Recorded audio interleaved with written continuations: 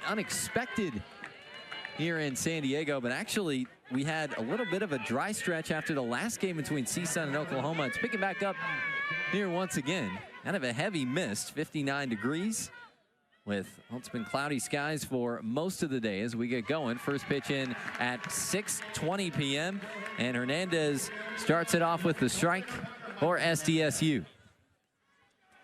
This is a Sooner team that lost 4 All-Americans from that 4th straight national championship a season ago, but reloaded with some high-profile transfers, including Dayton, who had a homer in her first at-bat with Oklahoma in the opener.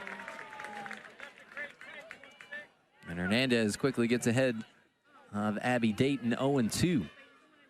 Couple good seasons at Utah. Saw this San Diego State side in a super regional a couple years ago.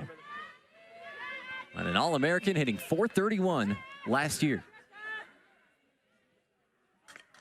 This one on the ground to second and gets by Macario. So she'll fire it into second base. Told you about the wet conditions. Expect them to play a factor. Again, was pretty dry for our first game between San Diego State and CSUN. That got going around 1 o'clock Pacific here. It's just about 6:21 p.m. as you take another look. Tried to set up inside of it. They just couldn't get a clean field on that. So that will go as an error against Macario for San Diego State, putting Dayton aboard and bringing Nelly McEnroe-Marinas up to bat. Moved up in the lineup. She was 0 for 3 in the opener. First pitch is downstairs from Hernandez, and it's 1-0. Didi was an all-tournament team performer 2 years ago, second team all-conference performer back in 2022. Left-handed senior at 5'7" out of La Crescenta, just north of LA, Crescenta Valley High School. Fastball, screwball, curveball change in her arsenal, but the change is the good one. One of the best you're going to see, and she's sharpened up some of her other pitches as well. This one tagged out into left field for a base hit. And McEnroe-Marinas able to come through. The redshirt freshman, first NCAA knocking the Sooners in business here with nobody out.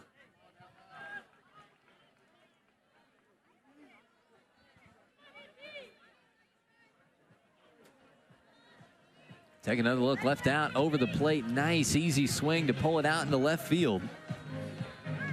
And now it's Ella Parker. Led off the first game. It's what she did a lot of last year for this group as part of a really special freshman campaign. 3rd team All-American. One of the top 3 finalists for Freshman of the Year as well. Takes the first pitch high, starts it off 1-0. The Sooners offensively against CSUN had to battle back from a couple deficits. Now 1-0 going into the bottom of the 3rd, tied it up then. CSUN took the lead again in the 4th, 3 in the 5th, and 3 in the 6th. On their way to a 7-2 win in a game that finished up, well, just about 30 minutes ago.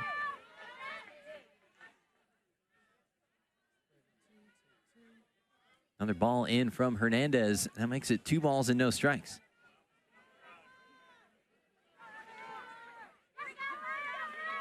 Mostly a relief pitcher for this team throughout her time at SDSU. 31 appearances, just 5 starts a season ago.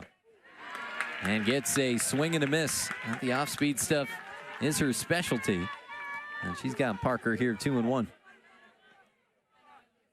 Led the Aztecs in ERA and opposing batting average. 265 ERA, 267 in the OBA department.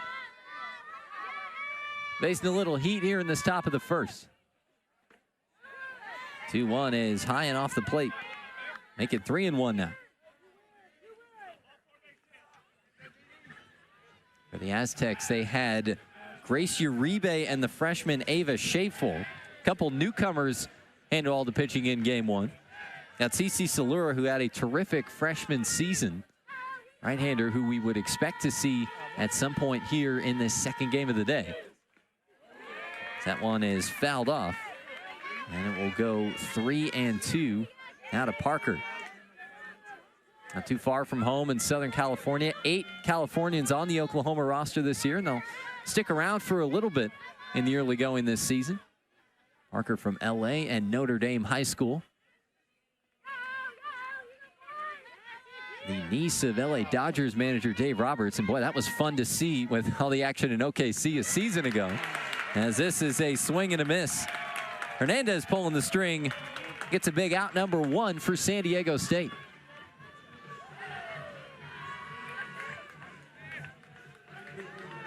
This kind of floating up and away. Swing ended up underneath it, so a big out of the All-American Parker. And here is Sid Sanders.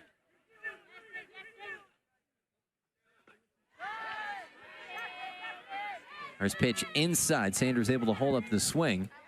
Started off here at 1-0.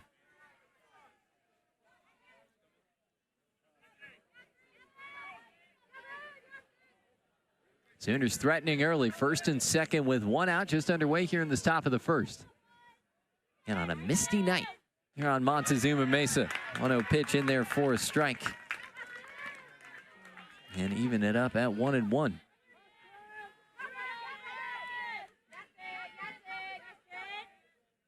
Now Sanders, one of the veterans on a team slanting much younger this season.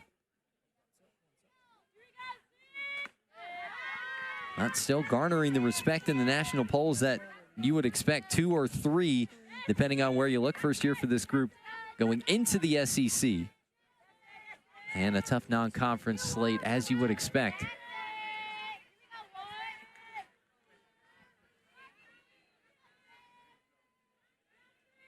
Hernandez set for a 2-1. And drops one in for strike 2.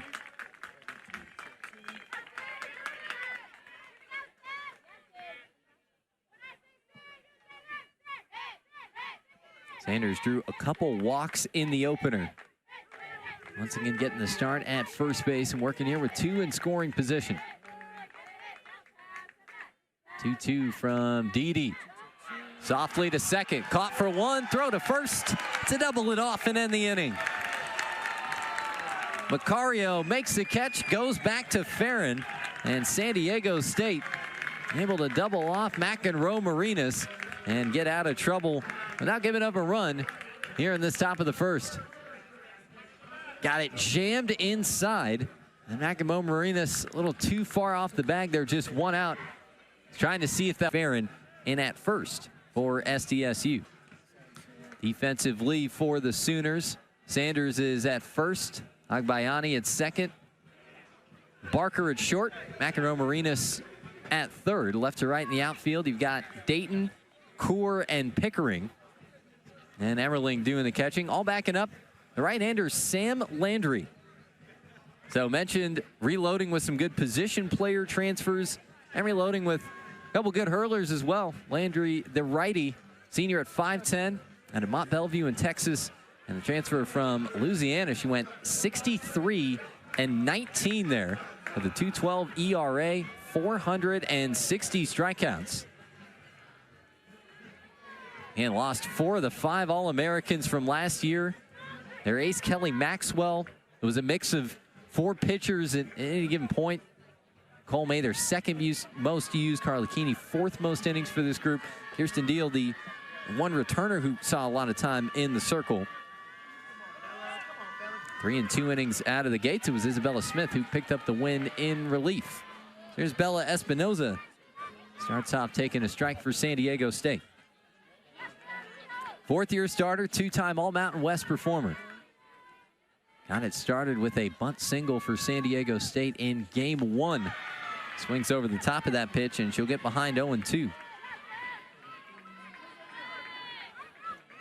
Senior out of Huntington Beach, about an hour and a half north of here, and Edison High School. 4th all-time for the Aztecs with a .352 career batting average. And pokes one foul to the left side. This is one thing for this team coming into this season. Espinoza put up some really strong numbers in her first 2 seasons. She had .381 in 2022, .393 in 2023, just .241 last year. Stacey Newman-Denise saying we want to see her get back to the short game with some bunts for us. Won't be the look with 2 strikes as she swings over the top, but making some contact and giving the Aztecs an opportunity to see a little bit more of what Landry can offer.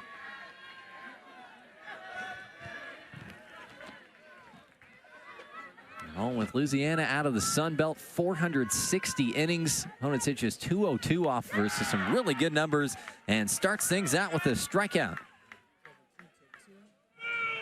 So Espinoza down swinging. Landry strikes out the first batter she faces with the Sooners, and that brings Callie Decker up to bat. Now Decker, now one of the offensive staples for San Diego State. Had a big caught stealing from behind the plate to cut down a would-be CSUN rally and help the Aztecs take the lead right after giving it up. Takes a strike on the inside corner and starts it off at 0-1.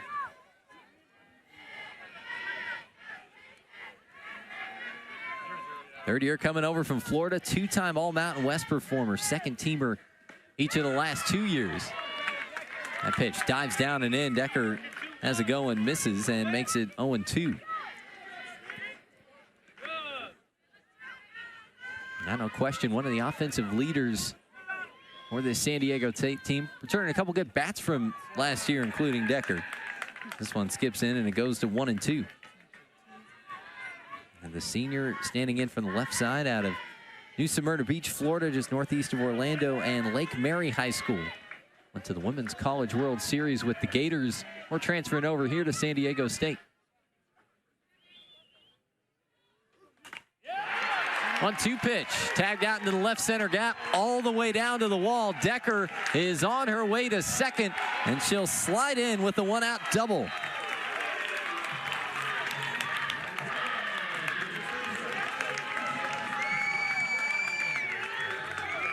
So Decker going to work for San Diego State. 5 Aztecs with multiple hits in that first game. She went 0 for 4 and was all over that one. Found the gap out in between Dayton and Core, and Decker giving the Aztecs a runner in scoring position here in this first inning. Went scoreless in their first 3 against CSUN. Fell behind in the 4th. 1-0, added 3 in the 4th, 4 in the 5th, on their way to an 8-1 win. The big reason for that was Jasmine Williams. She stands in now and takes ball 1.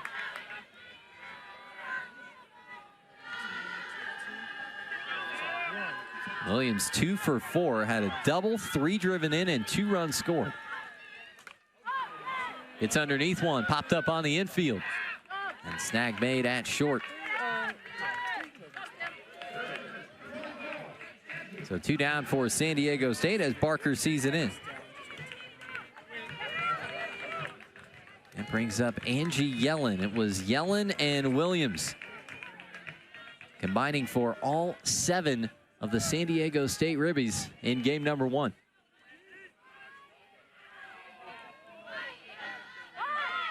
Yellen showing a bunt look, pulled away, and that looked like it hit the bat. So that will be a foul ball and strike 1.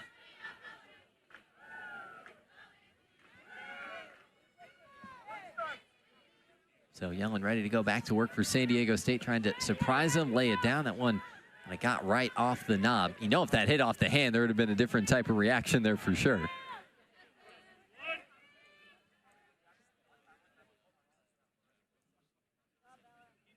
Like time called for here at the plate. No score, bottom 1 just underway.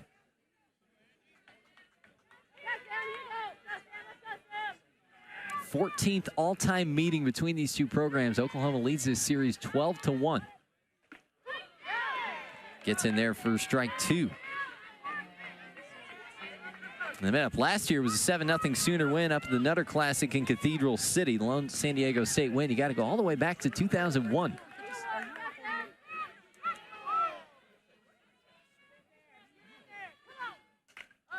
Oh, 2 is popped back, and Yellen able to stay alive here for San Diego State. Second season coming over from Washington. She's played 1 year in 2022, didn't play in 23. It was really swinging a hot bat for San Diego State to end last season. She hit .342 over her last 15 games. .260 for the year overall. That one swung on and missed. A late go and a strikeout to end the inning. 2 strikeouts in the first, and some good work in the circle from Landry after the 1-out double from Callie Decker. That means we will go scoreless to the second. Aztecs and the Sooners on opening day here on the Mountain West regular season and tournament championships a year ago. And Oklahoma coming off a 4th consecutive national championship, the only program ever to do that at this level. Pickering getting set to start it off. 5, 6, and 7. Pickering, Emmerling, and Agbayani going to work against SDSU and Didi Hernandez. Starts off with the ball down low, and it's 1-0. So a big one for the Aztecs, getting Sanders to line into that double play. First and second with nobody out.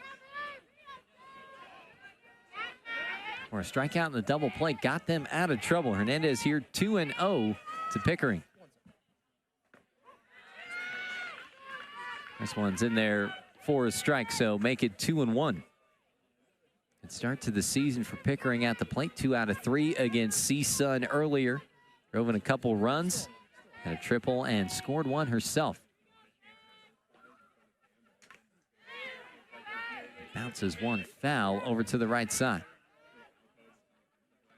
Freshman All-American a season ago, also part of the Women's College World Series All-Tournament team.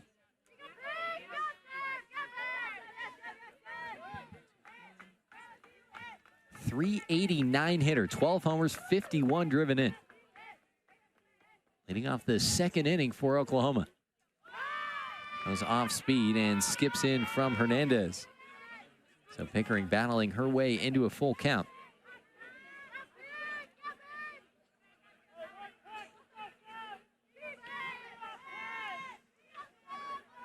And Hernandez has pitched in tandem with some great counterparts here at San Diego State, getting the start here.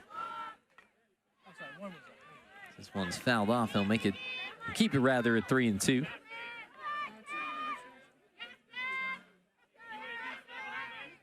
And 31 appearances, 5 starts. She went 10-4 with 74 innings a season ago. And pitching her way through traffic, not phased with runners on. It's been a signature of her game. An appeal down to third base. They're going to say no go, and Pickering will take a walk to start the second.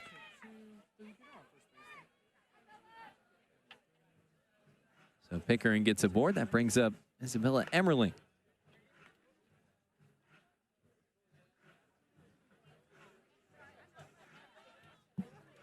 Again, some early traffic here for Oklahoma as you take another look.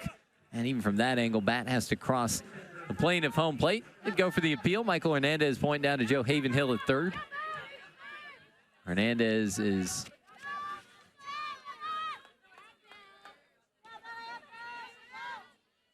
calling the balls and strikes here in this one. Naomi Erdahl over at first. Up and away to start it for Emmerling, and it's 1-0.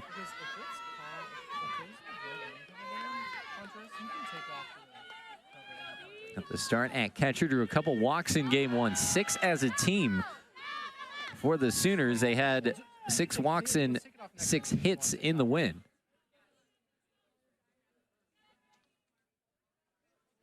So some good balance there, taking what they were given, not forcing the action, and then ready to come alive offensively when they needed to after CSUN struck on an error in the third and then got it going once again in the fourth. Emmerling fouls this one off.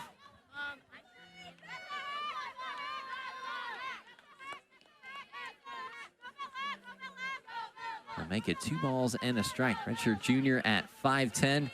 Out of Martinez up in Northern California, Alhambra High School, transfer from North Carolina.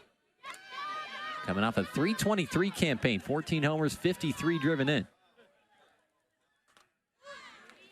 Pops this one foul, make it 2 balls and 2 strikes. And Patty Gasso in her 31st season now. Always over in that third base coaching box. He was a Hall of Fame head coach, elected to that in 2012, and then and proceeded to win 7 of the last 11 national championships in 4 in a row. So it's been a Hall of Fame career multiple times over for Coach Gasso.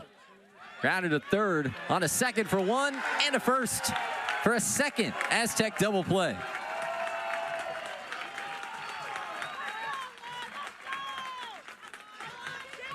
And that's exactly what you're looking for from Hernandez in the circle with runners on. Get him to swing over the top of it. And nicely turned by SDSU. Good stretch over there at first by Kate Farron. That's where Mac Barbara for the last couple seasons have been holding things down for San Diego State. Mix of a few others, but Farron getting some action over in that direction. And after the leadoff walk, the double play clears the bases. Now 2 away. And a strike is in to Alana Agbayani.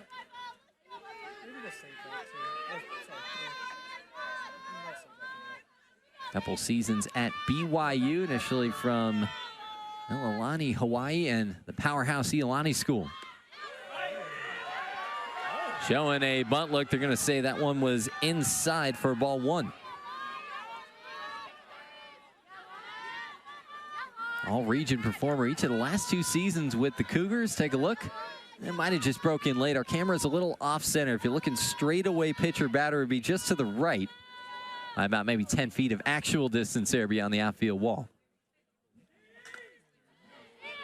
1-1, well struck. Agbayani just behind it and make it a ball and 2 strikes.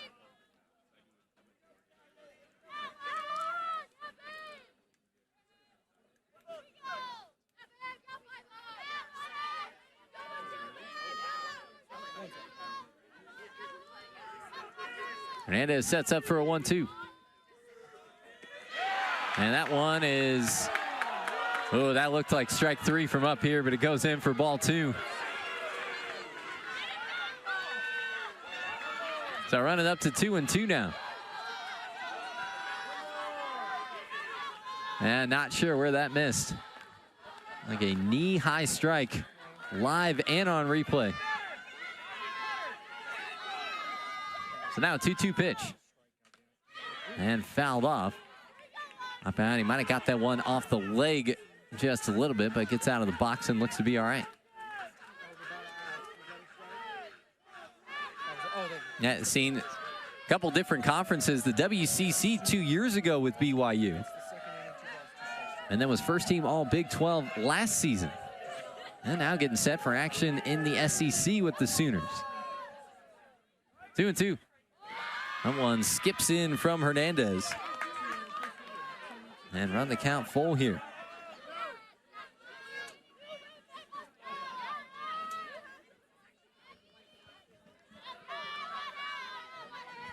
Full count with 2 down, bases empty, no score, top 2. Hernandez deals one, and that clips the inside corner for strike 3. So Hernandez faces the minimum after a leadoff walk and inning-ending punch-out, her second strikeout in as many innings. And the Aztecs keep the Sooners off the board here in the second. 1.5 in the books, no score here in San Diego. Now going to the bottom of the second here on Mountain West Network. No score between San Diego State and Oklahoma. Both teams winners over CSUN earlier today. And somebody will head to 2-0 to start off opening day, and they're set to be in action once again tomorrow. Here is Grace Uribe. Pitched and hit for herself in the opener and made a splash in her San Diego State debut this afternoon. Takes a ball to level it at 1-1. 2 for 3 at the plate. Scored a run, 5 innings as the starter. Got the win, 4 hits, an earned run, 2 walks on 3 strikeouts. 68 pitches for Uribe coming up from Texas A&M. Holds up the swing and takes the 1-1 pitch high for ball 2. So one of the Aztec transfers with good experience. It's something Stacey Newman-Denise in her 4th season has done. Make this a destination for transfers from some pretty high-profile programs. So a pop over to third into foul territory to go and get it. Excellent diving catch there for McEnroe Marinas.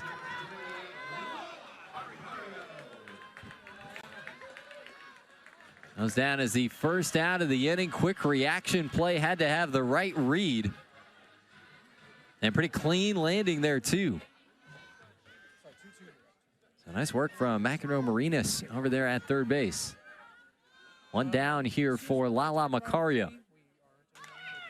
Looks to put a bunt down. McEnroe Marinas on it, but couldn't corral it in time to make that a close play at first.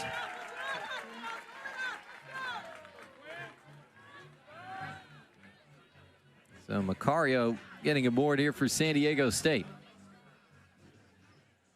Taking a look, was ready for it, actually got there in enough time, ended up a little bit off to the right side. So it would have been crossbody with the glove, which just lengthens the plate. Thought you might be able to make a barehanded effort there. Work against the speed of Macario, who's got some wheels and runs well.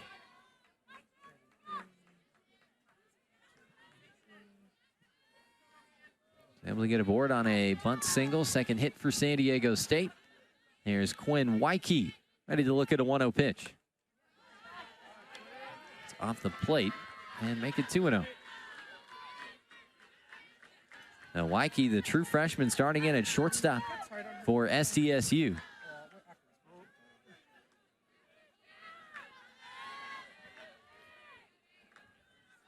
Two for three in the opener. And takes ball 3 low.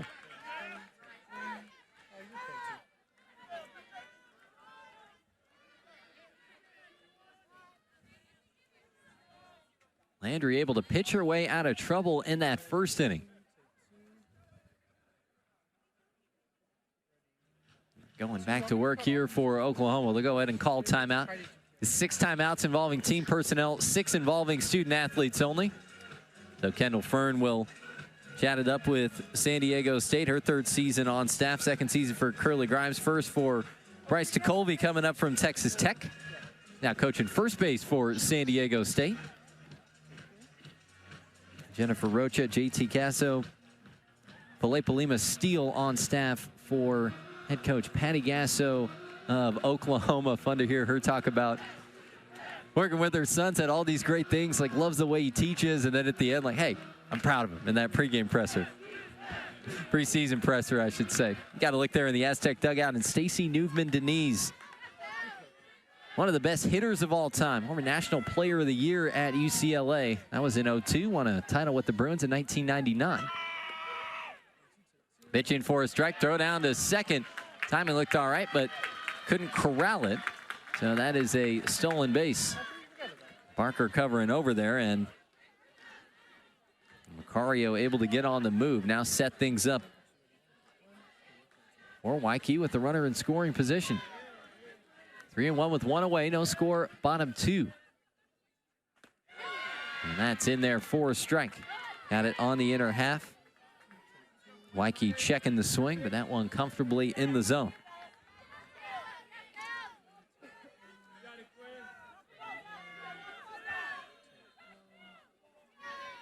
Full count pitch is due. And just up top for ball 4. Close one right on the edge. Waikey putting together a good at-bat. I'm talking with Stacy Newman-Denise yesterday. She said she's got some of the best defensive tools that we have ever seen. As you get another look at that one. And just up high, trying to pull it back in, Everling. Frame it up a little bit. Waikey takes a walk. I was really excited about what Waikey could bring to the table defensively, and then, if I'm not mistaken, she actually didn't have a ball hit her way for a putout or an assist of any kind at short in that first game. Well, she's gotten off to a good start offensively here. And Julie Holcomb standing in next, taking a strike. Left-handed hitting sophomore out of Los Alamitos. Just her 2nd start with the Aztecs in game 1. Holcomb over the top of that 0-1 pitch, make it 0-2. And Uribe popped up foul over to third. A nice play by McEnroe Marinas, diving into foul territory, and a bunt single and a walk. And now a strikeout. Kept it low. Holcomb swinging over the top a couple times. 3rd strikeout here for Landry. And with 2 away, it's on to the 9th spot for Kate Farron.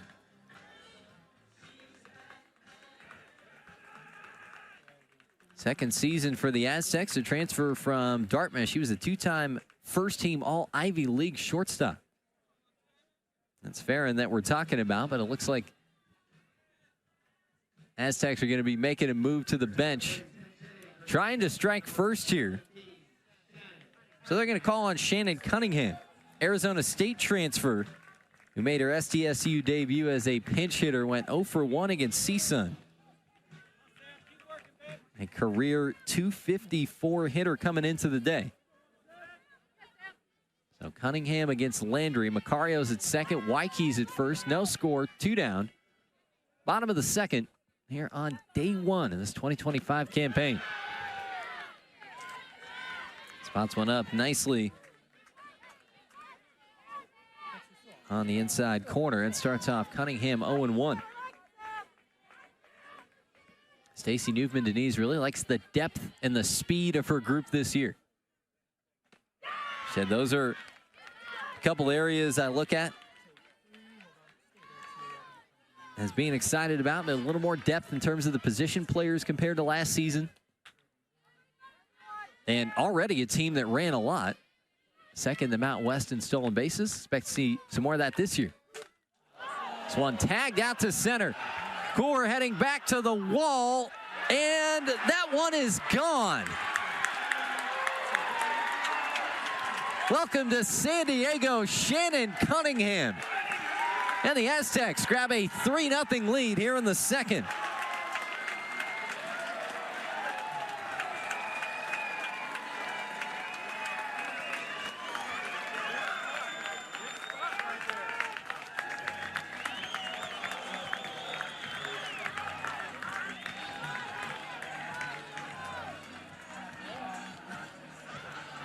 A 3-run pinch hit home run. Was ready to go after that pitch. Middle in a good spot. Kaur tracking it all the way back, and it just got out of her reach and cleared the fence. Now the Aztecs moving on from one of the best hitters in program history in Mac Barbara. And in terms of raw pop, looking for a bat to take over some of that. Cunningham certainly a candidate. Has her first home run with San Diego State. That's a ground out by Espinoza. That'll bring the inning to an end, but some early fireworks for the Aztecs. Cunningham with a 3-run home run of last inning to grab the lead. So big time stuff off the bench for San Diego State and Shannon Cunningham. So now Didi Hernandez will go back to work with the lead, facing Sydney Barker to start it off. Hannah Kaur and Abby Dayton also due up 8-9-1.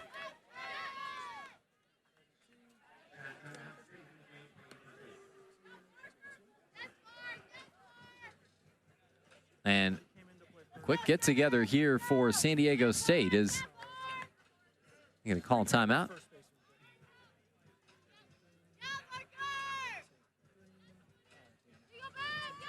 Cunningham, in the meantime, has stayed in the game at first here for SDSU. So batted in that 9th spot in place of Farron. For Farron's first look, that could have also been part of the plan. That could be one of two ways. Could have been part of the plan. A pregame substitution. We saw him do that with the flex early on. So you get some defensive innings for Farron, and then Cunningham takes that spot first time it's up. And Barker will take a 4-pitch walk to start off the Sooner third.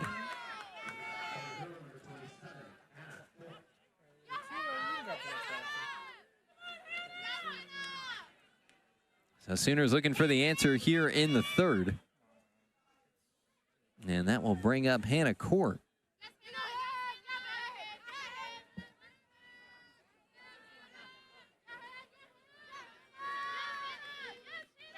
Kaur picked up a hit off the bench in game one.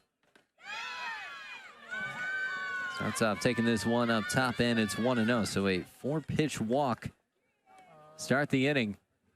Hernandez, who's typically been a very good strike thrower, low walk rate for this team.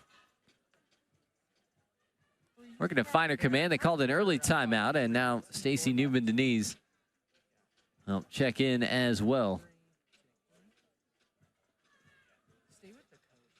That party of 4 for Oklahoma. They're off to the third base side. Patty Gasso recently announced that she'll be at the helm for Team USA. That was Monday, in fact, just a couple days ago. 2028 Olympics. Great to see softball making a comeback there. That's going to be a ton of fun.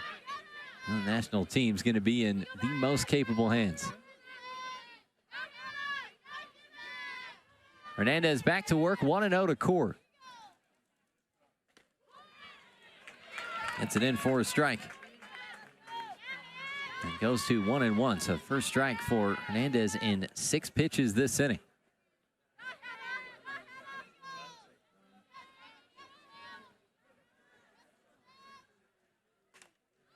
1-1 bounce foul up the third base side.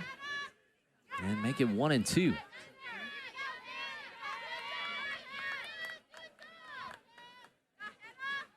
Core had a beat on that homer out in center field. Ended up just out of a reach. And those center field stands new. Actually, a little bit of increased capacity for this matchup that sold out within an hour of tickets going on sale. Not a lot of wiggle room here at the SDSU softball stadium tonight. One goes downstairs, makes it 2 balls and 2 strikes. I'm shoulder to shoulder with our producer, director, Dan Oshman. He just gave me a little wiggle, a little bump. Fighting for elbow room here. Going a redshirt junior campaign out of Yorba Linda here in California in Esperanza High School. Good contact to right, but it's snagged out there by Holcomb.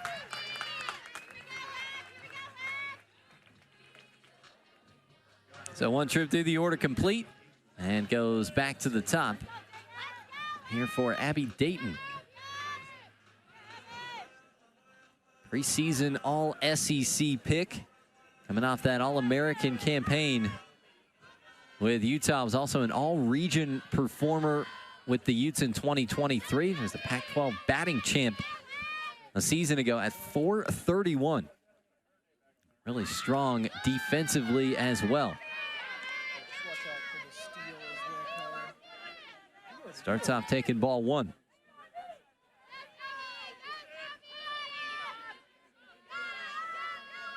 She had an 1109 OPS. The line was 431, 510, 599. Bounces one over to first. That dipped down on the hop off of Cunningham. And it will put 2 aboard here for Oklahoma.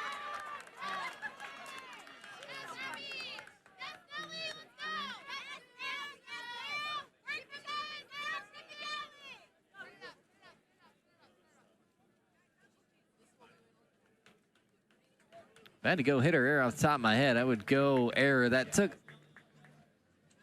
a little bit of a tough hop, but even then, I mean, Cunningham was playing in, and just based on positioning with where she was at to go and get that one, I don't know if Macario would have had enough time to go and cover first. Don't call it a base hit. The infield shifting around. Aztecs are getting set to make a pitching change. CC Salura will check into action. And you'll get to see her for the first time this season when you come back here on Mountain West Network.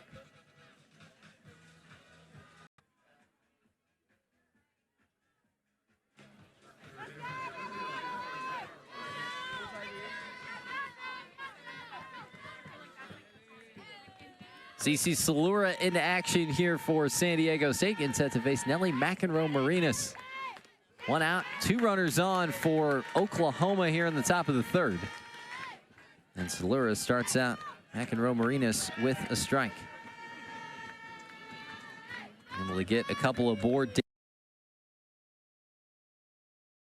Dayton on that infield single, pulling Cunningham in from first just a moment ago. Started off with a walk earlier this inning by Sydney Barker. So the tying run here at the plate, and enter CC Salura. Aztecs are the Mountain West preseason favorites after winning the regular season and tournament titles. Aztecs are the Mountain West preseason favorites after winning the regular season and tournament titles a season ago, and Salura the Mountain West preseason pitcher of the year.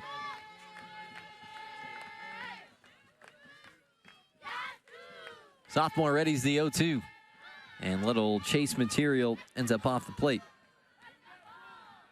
Macarno Marinas not giving chase. So ball and 2 strikes here with 1 away. Salura, the right-hander at 6 feet tall, out of Glendale, just east of the Griffith Observatory up in LA, and Louisville High School. Popped up on the infield. That's going to be an infield fly as Macario corrals it for San Diego State. 2 down here in the 3rd. And it's off to the 3-hole hitter, Ella Parker. Salura will be a significant uptick in velocity with what you see from Didi Hernandez. Just a lot of different looks, a lot more velo, so that's kind of why you stack him the way you do. Won't speed up the bats going in that sequence. This one is bounced foul by Parker. Cunningham tracking it into foul territory for San Diego State. Starts off Parker at 0-1, 2 down here in the Sooner 3rd. 3-0 San Diego State on Cunningham's 3-run homer in the bottom half of last inning.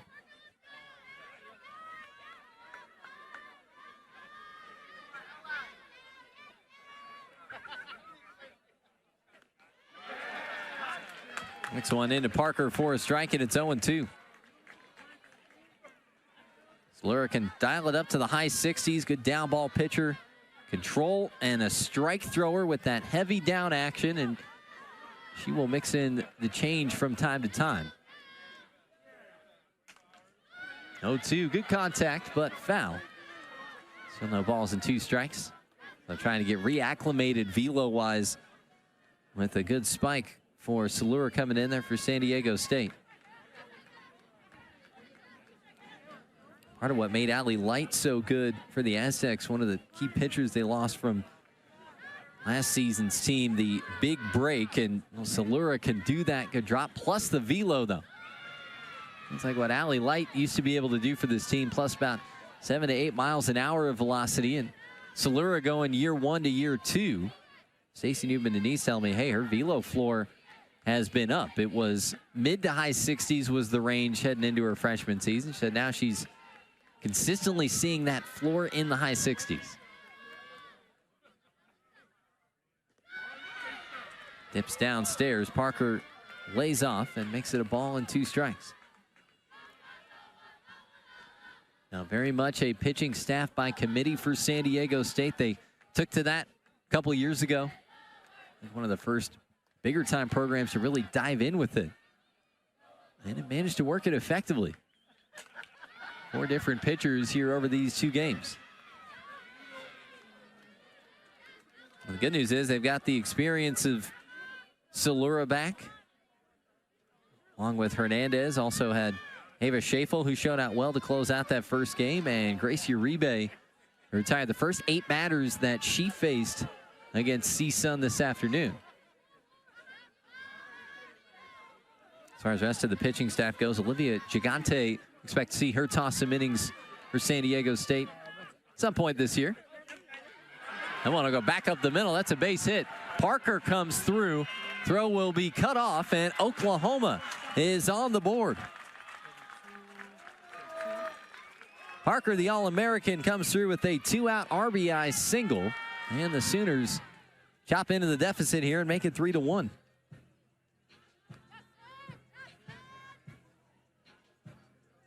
Now Barker, who led off the inning with a walk, what feels like a long time ago, coming around to score. And right back up the middle, perfectly timed up. And sliding in some style points and fired up.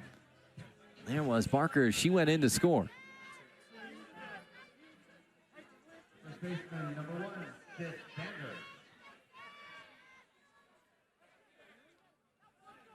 Here's Sid Sanders Potential tying run is Parker now over at first.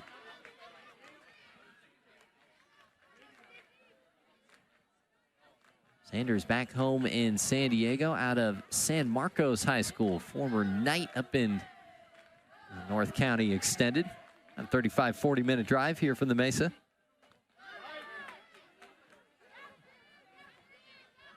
No one's in there for a ball and make it 1-1.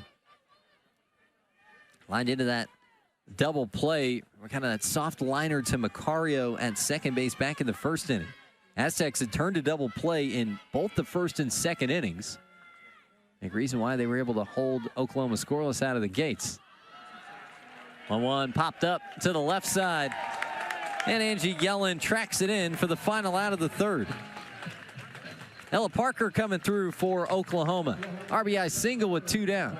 Helping the Sooners get on the board. It's 3-1 San Diego State through 2.5. Wave of newcomers after graduating the most talented and most successful class in D1 softball history. Decker starts it off for the Aztecs. A 3-run home run from Shannon Cunningham last inning. Making it 3-0 at the time. Sooners will come through with the answer.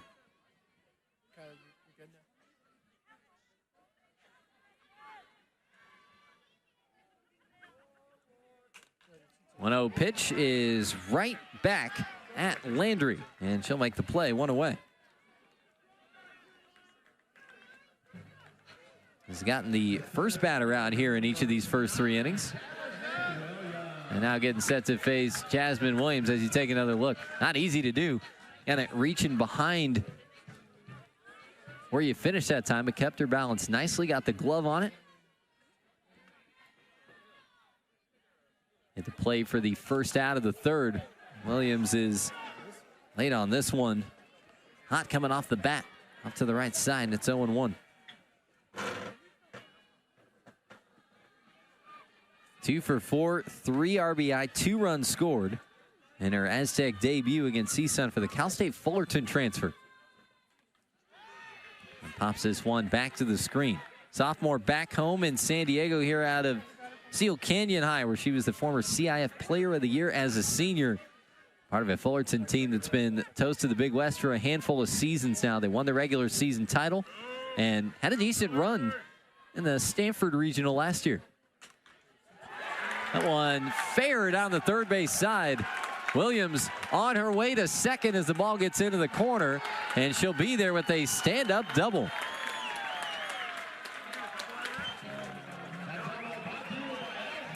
So Jasmine Williams continuing to swing a hot bat out of the gates here for San Diego State. Umpires are going to get together here. Some of the defenders for Oklahoma had reacted as if that was a foul ball. It was really close live as you take another look. Not anything we'd probably be able to give you off of that one. We do have replay review available. Patty Gasso is out to talk with the umpiring crew.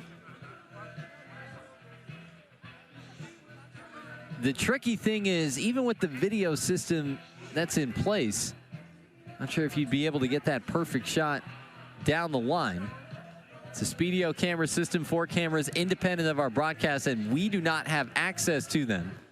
And this will be challenged here by Oklahoma. We'll see if we can give you one more look here. So one challenge by CSUN in our first game. It was unsuccessful. Either way, it goes down as a good poke by Williams, and again called a hit on the field. So I'd have to see if there's anything specific to overturn that. But again, we'll tell you whatever we show you. Different angles available that the umpires will be taking a look at. So whatever we see really wouldn't be able to be definitive. Working to get you another look here.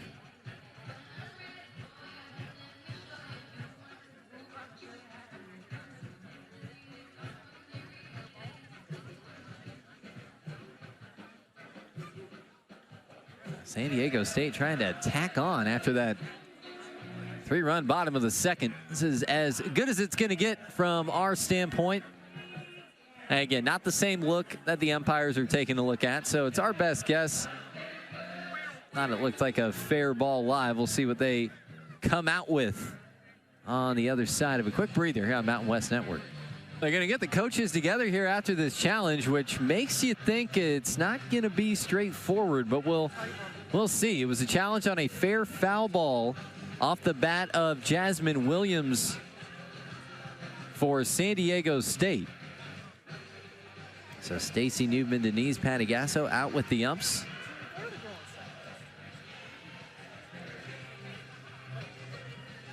And Michael Hernandez, Naomi Erdahl, and Joe Havenhill. And then we told you about the camera system. There's actually 5 of them here. And there's one off to the first base side that it would be the go-to camera, so you'd think, for this kind of angle.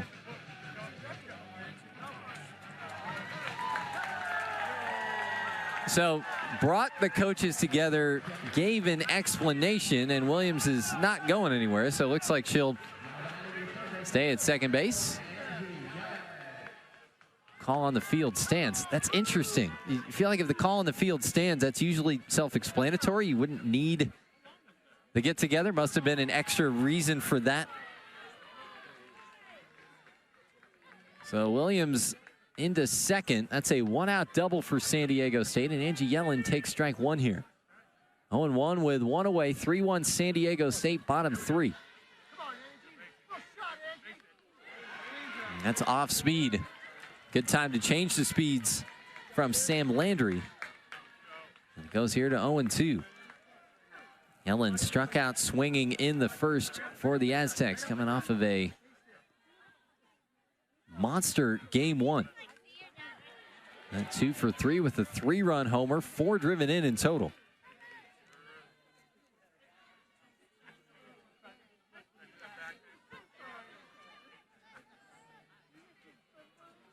$17 ribbies, 18 runs scored last season as a .260 hitter, but hit .342 over her final 15 games, so was heating up then. Keeping it going early on this season. Puts one here in the air to left, and Dayton there to haul it in. 2 gone for San Diego State in the third. And here is Grace Uribe. So 2-way player for the Aztecs, the 5'11" Texas A&M transfer, originally from Huntington Beach High School up in Orange County, about 90 minutes north of here.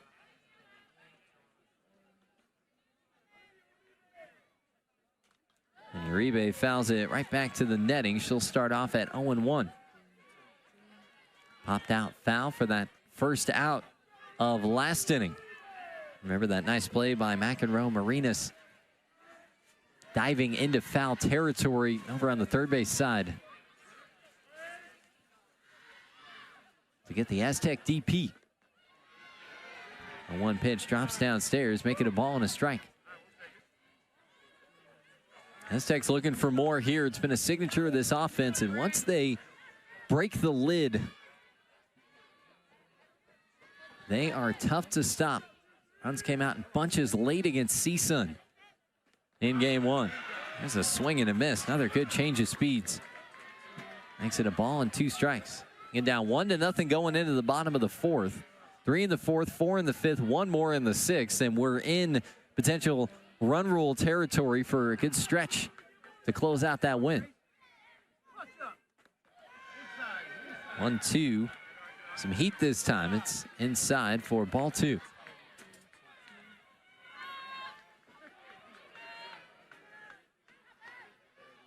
And new look group in a lot of ways. 3 out of the 4 primary pitchers, including the ace, on from Oklahoma for a season ago. And that one is in there for strike 3. Gonna say that Uribe went around, and some good work after that 1-out double by Jasmine Williams. Landry pitching effectively with runners in scoring position. Issues the check swing for strike 3. 3-1 San Diego State after 3 innings. West Championships, 3 in the regular season, 2 in the tournament. You'll remember they brought the tournament back in 2023. They won that here, got the tournament up in Boise in 2024 last spring. Let's go with that regular season championship. Won the regular season title in 2022 and missed out by half a game in 2023. Cassidy Pickering leading off the inning, puts one into foul territory, whereby the cage is off to the left side. Aztecs navigating it, but it falls down for strike one.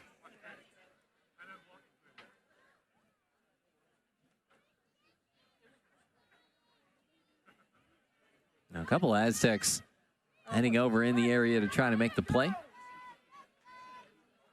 CC Salura back to work here. 31 appearances, 19 starts, 8-5 with a 2.75 ERA. 101 in the third innings last year. She walked only 8 batters all season, struck out 45. A stellar true freshman campaign. Led the team with 4 saves.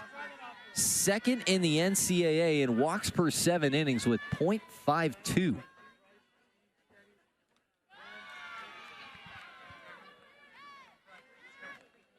And doing all of that in a very tough league to pitch in. You got a lot of teams in the Mountain West that play at high altitude and a lot of teams that are built with power hitters. We talked about Boise.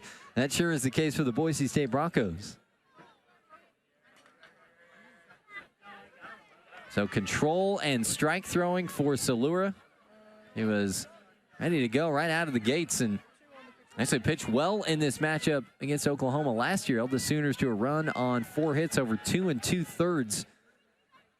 That was on February 24th up at the Nutter Classic in Cathedral City. Sooners won that game 7-0. That ultra-talented group on its way to the 4th straight national championship. Salura against Pickering. The 2-2 is inside, or ball 3. Yeah, so Salura with that stellar command.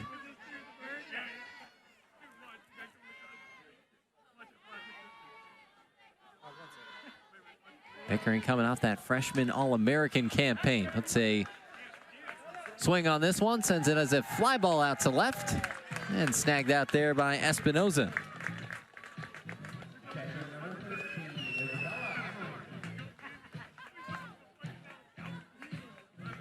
So Bella Emmering, the North Carolina transfer, getting set to stand in now. Patty Gasso talking before the season, saying all that roster change. Said, look, with the freshmen, you just want them to come in and settle in and not worry about trying to win a 5th straight national championship. Said you come in with that pressure, the harder you try, the less smooth things get. Just trying to ease some things up for that group as Emmerling comes through with the base hit through the left side. She said that overall really excited with this group. In many ways, we feel like we're starting from ground zero, young team.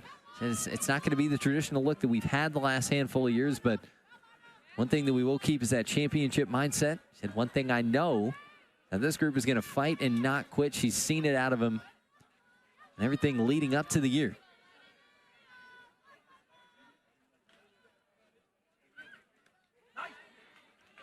Agbayani takes a strike. And it's 0-1. Been in and out of some drizzly conditions here, and it looks like, at least for the time being, it is completely dried up. Hoping it stays that way. Never really anything enough to threaten this thing.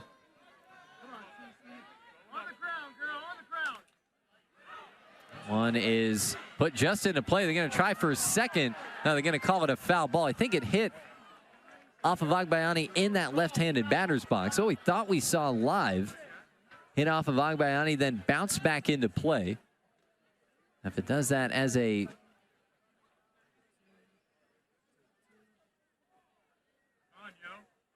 case where the batter is in fair territory or on the move, they are out, but not still in the box, as it looked like that was the case there. And it's just a foul ball, dead ball. Taking another look here. Yeah, looked like she definitely got it off of the foot that time. Maybe that lead foot there. Well, had that thing played out, would have been first and second here with the one away. Instead, it's 0-2 with one away. 3-1 Aztec lead top four. Runner on first for the Sooners, and that is a hit by pitch. Ran up and in on Agbayani, and Oklahoma in business again here. First and second with one out in the fourth. And they're going to get set to send Gabby Garcia into action here.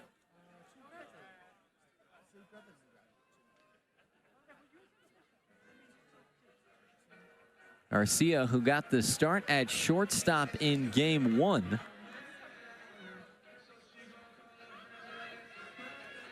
Oh for 2 in the action then, and now stepping into a big spot.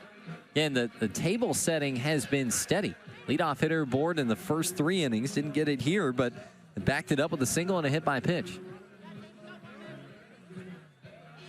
And we're also going to see a pinch runner head out to second base in the form of Cheney Helton. Made her NCAA debut as a pinch runner earlier today against CSUN, and back to action once again.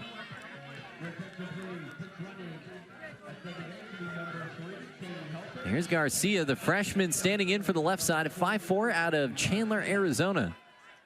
Two-time Arizona Republic All-Arizona team member, 6A Player of the Year during her junior campaign. And also a state champion in the javelin.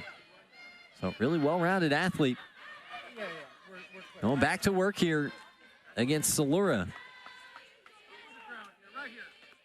Tying run at first, go-ahead run at the plate, and CC dialing in a strike to make it 0-1. That's one of the things with that re-entry rule. You can get much more creative with how you use your roster. Designate some players as pinch hitters and just, hey, you're going to get that one shot to come in off the bench at some point. Same from a pinch running standpoint.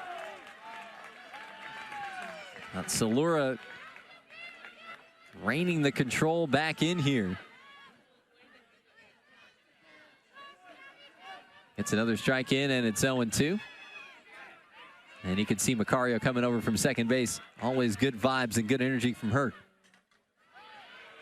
This one is fouled off. Garcia able to stay alive.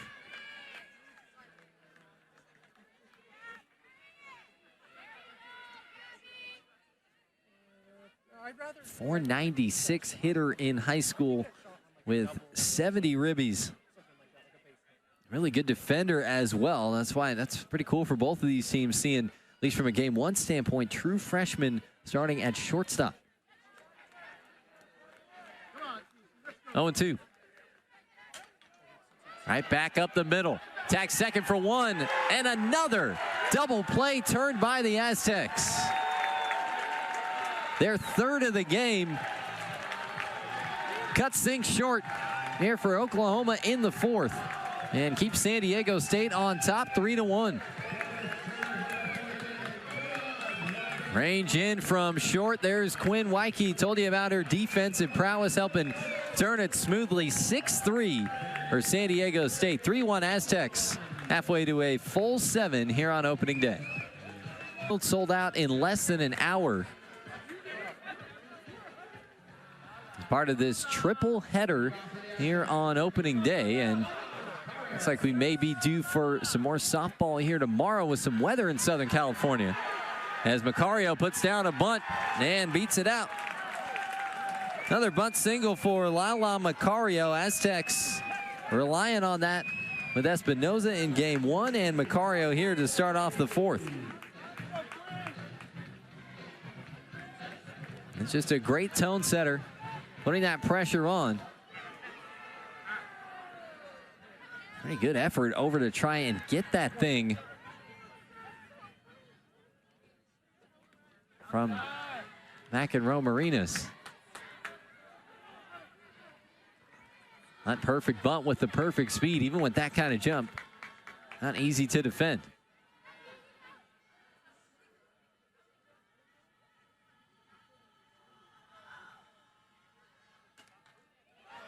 One chopped over that direction and taken by Landry. Fields her post.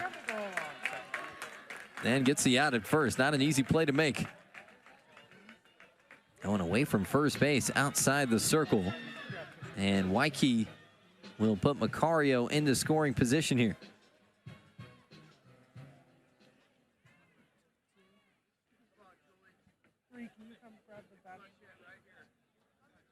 Gabby Garcia, by the way, has stayed in to play shortstop for Oklahoma.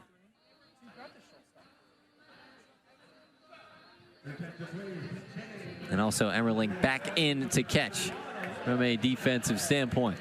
There's Olivia Gigante in for San Diego State. And will bat in the spot of Holcomb for the moment. So Gigante, another one of those transfers coming over from Florida. And back here to San Diego out of Patrick Henry High School. She was the DP against CSUN and went 0 for 2. Starting off her Aztec career. And takes strike one just on the outside corner. So again, batting in the 8th spot in the place of Holcomb here. One season with the Gators in 2023, did not play in 2024. So just missed Callie Decker.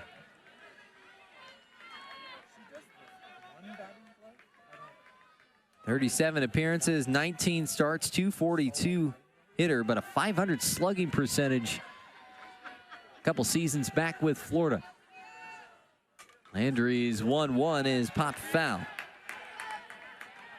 Make it a ball and 2 strikes.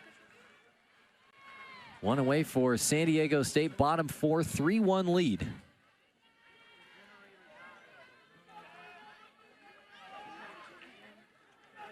This opening day nightcap between the Aztecs and the Sooners.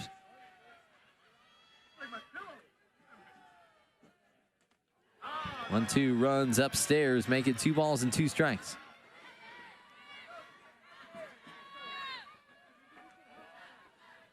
So Gigante looking to bolster the Aztec bats. Lost a good handful of position players as well. Offensively, none more impactful than Mac Barbara, of course.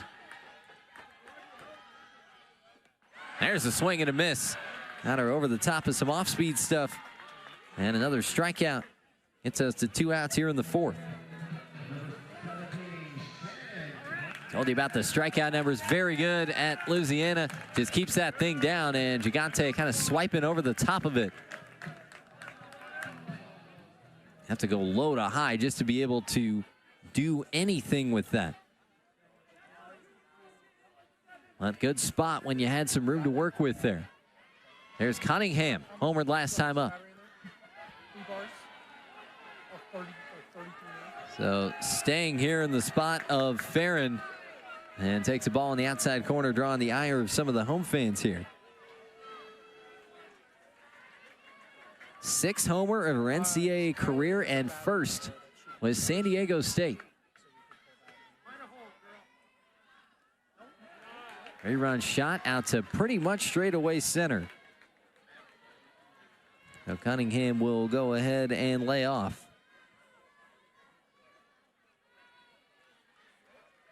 And 5 NCAA homers over a couple seasons with Arizona State for the Tustin native out of Foothill High School.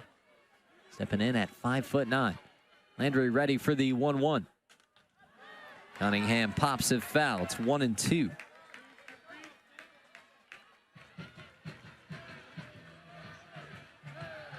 And the Aztecs, these 2 games, and due to head up to Fullerton tomorrow, but expecting some weather that will likely be moving some games down here.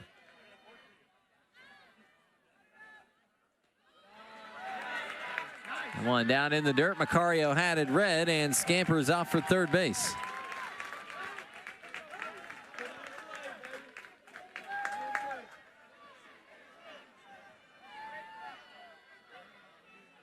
Take another look, had it red, saw the pop out.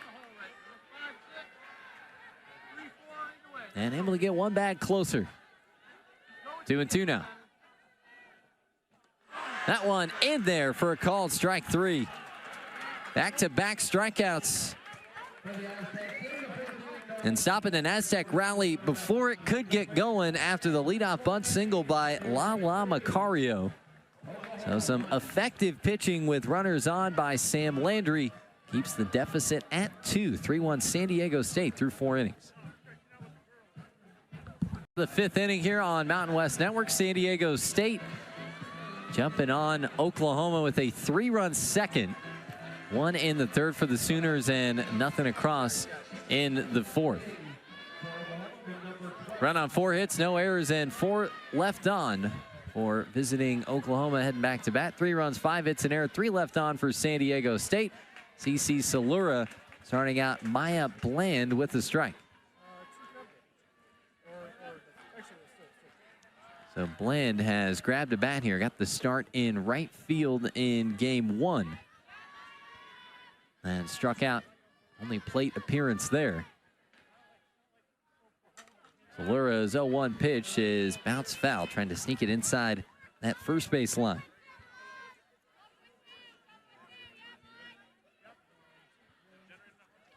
So Bland batting in the spot of Cora here in the 9-hole. And they flip it back to the top of the order for Dayton.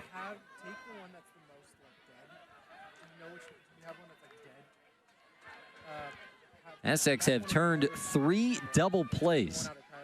So plenty of traffic, plenty of base runners early on for Oklahoma, but San Diego State has had the answer in that department. An 0-2 pitch misses for a ball and makes it 1-2.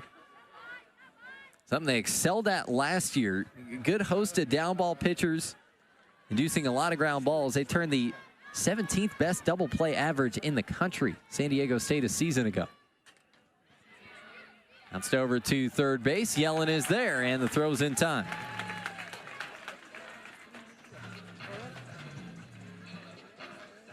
So they get Bland to bounce out.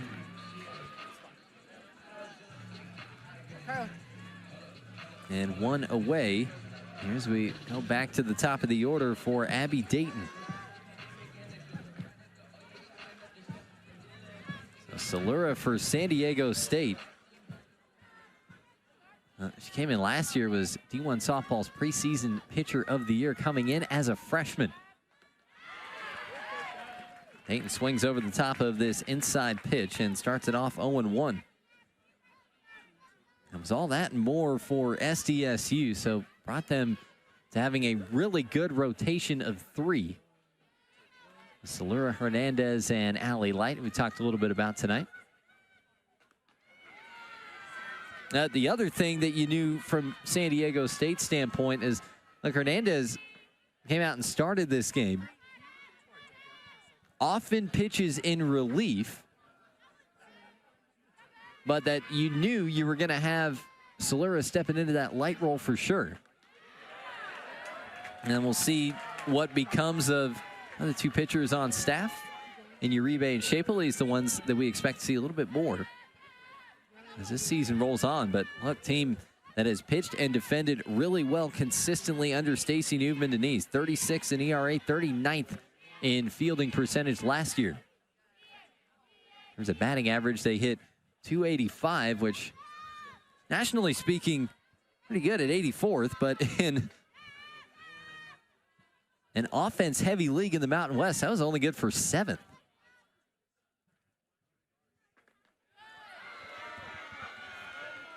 Dan Oshman, who's producing and directing this broadcast, just gave me some side-eye. Now, that's the 7th best batting average in the league, 84th best in the country. But again, offense-heavy, a lot of games at altitude, a lot of teams that are built for offense, and that's why having solid pitching and defense has helped San Diego State rise above that cream of the crop, win 4 of the last 5 Mountain West titles, regular season and tournament.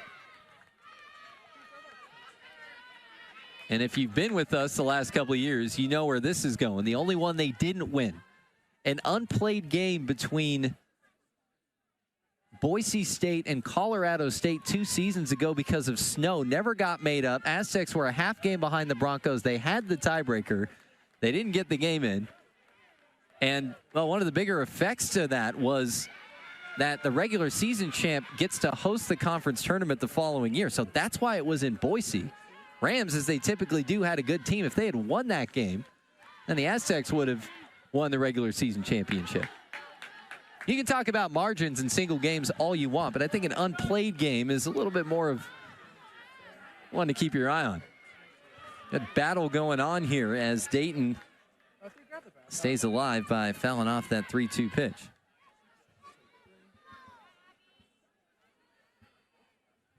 And the Aztecs, the preseason favorite once again. RPI 37 last year, so probably would have been in the tournament even without the auto bid. The program in really good shape. And Dayton wins that battle, and she is fired up. Hitting the board for the third time in as many trips up. So setting the table as the leadoff hitter for Oklahoma, and you like getting that early pressure on. Getting this one out hit by pitch, and once again, the potential tying run will come to the plate.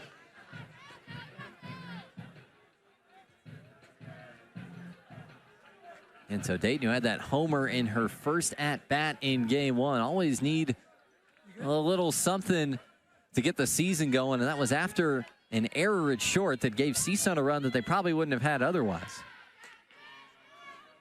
First pitch is up top. McEnroe Marina standing in as the Aztecs will go ahead and call for time. 14 NCAAs for San Diego State, 10 Mountain West titles, most all time. Well, for Oklahoma, there are so many superlatives to speak to the success of this program's team, with 59-7 national champs a year ago. 17 Women's College World Series appearances all time, and 8 in a row. They made the NCAA tournament in all 30 seasons. Under Patty Gasso,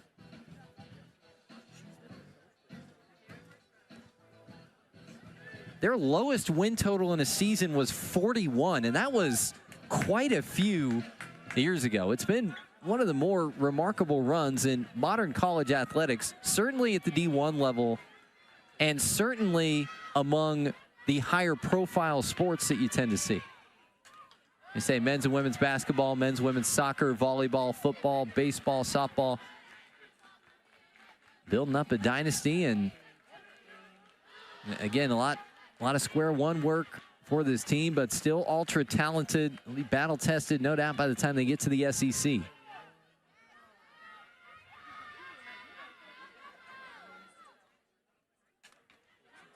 One in the air to short, leaping, stretching grab from Waikiki. Salura says, thank you. Waikiki says, I got you.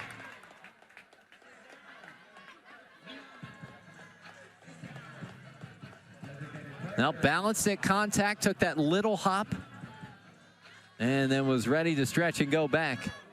Good play by Waikiki, who's a really exciting defensive prospect for San Diego State. 2 down here for Ella Parker. Parker gets a hold of one. That'll drop into the right center gap. This could be a run for the Sooners. Parker on her way to second, and no throw home for San Diego State. As Dayton comes in to score, Parker connects, and Oklahoma makes it a 1-run game here in the 5th.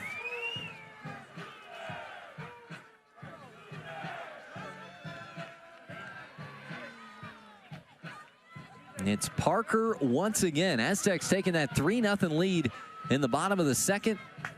Bounced one up the middle on a 1-2 pitch against Salura. First time up, this time ready to go. Saw what she liked right away. Put it into the gap for an RBI double. 4th hit between these two games and 5th RBI. A red-hot start to the season for Parker. And now Sid Sanders starts off taking strike 1. 0-1 with 2 away, tying run at second. Go-ahead run at the plate for Oklahoma here on the top of the 5th.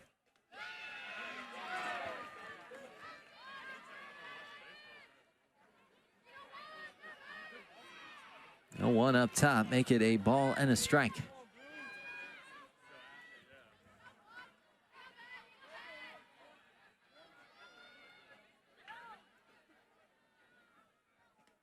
And they've been steady offensively, been chipping away. For Oklahoma, you look at these 5 innings offensively, they have either had the leadoff batter aboard or had multiple batters get aboard in every inning so far.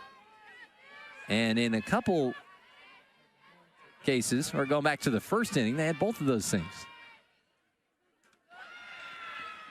So consistent traffic, consistent pressure.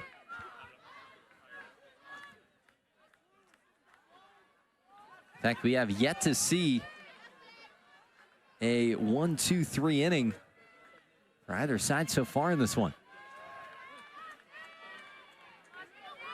Big pitch coming up here at 3-1 to Sid Sanders. It's underneath this one, and the count will run full at 3-2.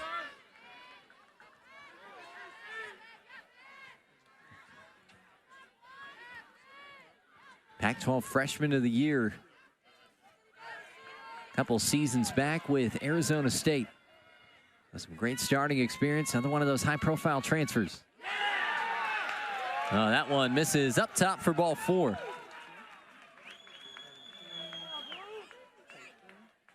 So that means that the go-ahead run gets on.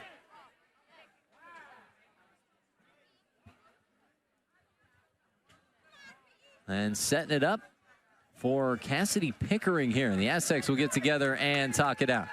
Yeah, thought that was live high. You get a look at it there on the replay. That was a good call for ball 4. So a big opportunity for the Sooners with that go-ahead run on and getting set for in Pickering. You look at Pickering, Parker, those 2 great freshman seasons a year ago.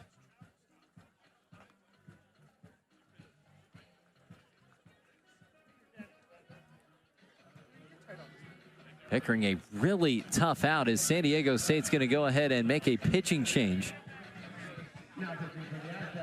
So Grace Uribe going to check into action here. Got the start in game 1, the win in 5 innings. Been hitting in both of these games as well. And now trying to see if she can put a stop to a rally here. Did a good job keeping the softball down in her first action with San Diego State. And that's what she'll be looking to do here with force on at second and third. Now Uribe's got some good velo. Runs about 66 to 69, and up and a down ball pitcher. So that's what she brings to the table for San Diego State. Stacy Newman-Denise calling her the most multidimensional pitcher we have. You got a lot of pitchers. You're going to see heavy up ball or heavy down ball. In the case of Uribe, she can do both. So as a hitter, you really got to lock in a little bit more to, okay, I know she can do both. What are we expecting to see in this particular situation? Puts a little bit more guesswork into it. And Pickering here talking about, it's a tough out a season ago. 389 with a 513 on base percentage, 705 slugging. Big time matchup here. Base hit could tie it up. Aztecs playing pretty back in the outfield, respecting that pop. Fly one to the gap or down the line could give the Sooners the lead. 1-0 is up and away. 2 balls and no strikes, and could be a time to be patient here. And it was a walk and a 3-1 count to Sid Sanders on this pitching change. At least want to see Uribe throw a strike. And she's able to do just that. And knee high and on the inside corner. So now should be game on here at 2-1.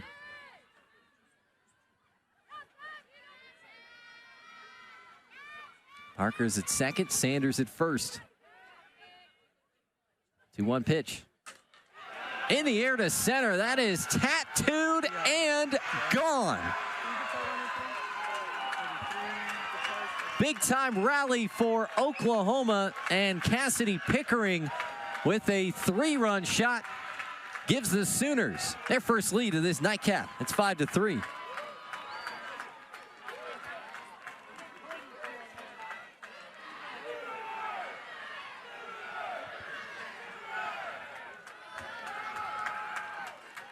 getting it done here with 2 outs. Ground out hit by pitch and a line out to start the inning. And boy, a no-doubter there off the bat of Pickering. That tree back there is not necessarily close to the wall. There's a little bit of distance between those two. And trots on home to a happy group of Sooners. 4 runs in now in the 5th. Grounder to the 3rd, Yellen there for San Diego State, and gets the final out of the inning. Parker and Pickering with some great freshman campaigns a season ago, coming up with some clutch hits for the Oklahoma Sooners, including this no-doubter out to center. 5-3 Oklahoma, middle of the 5th here in San Diego. Mountain West Network, 5-3 Oklahoma over San Diego State. 3 runs for the Aztecs in the 2nd, and the last 5 have gone to the Sooners. 1 in the 3rd, 4 in the 5th. 2 freshmen who turned in some excellent seasons last year, Parker and Pickering, picking up where they left off and stepping in as the new offensive leaders of this club. And now San Diego State with a deficit to chase for the first time in this one. Bella Espinoza will start things off. Tries to lay down a bunt, working that short game, puts it foul, and it's 0-1.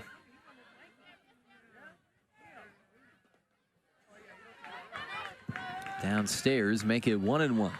It's been effective pitching from Landry so far. And you look at the Aztecs' numbers in situational hitting, they're just 1 for 9 with runners on, 1 for 8 with runners in scoring position. A big blast by Cunningham back in the 2nd. They've had opportunities before and since to add on, but that has been their only run scoring inning so far.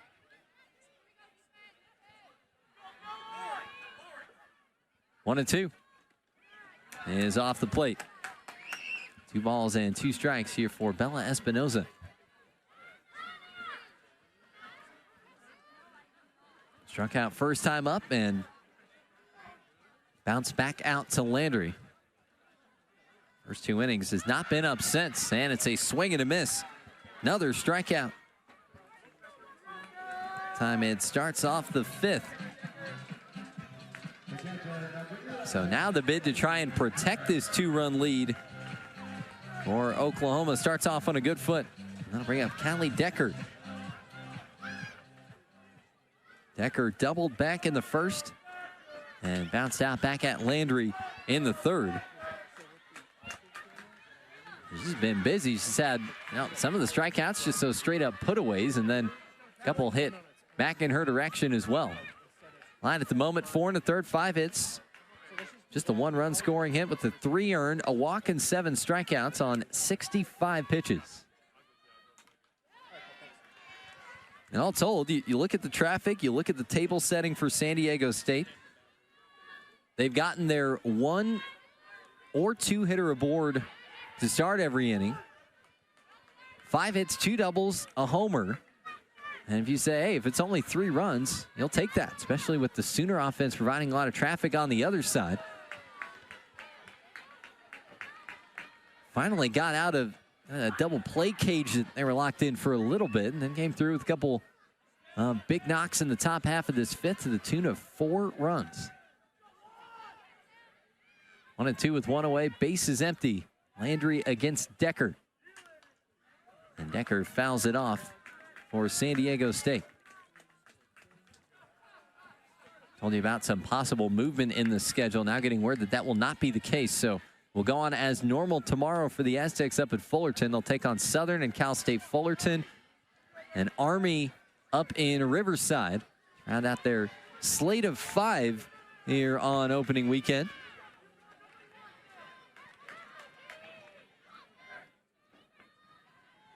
Against Army will be coming up on Sunday as this one is bounced foul.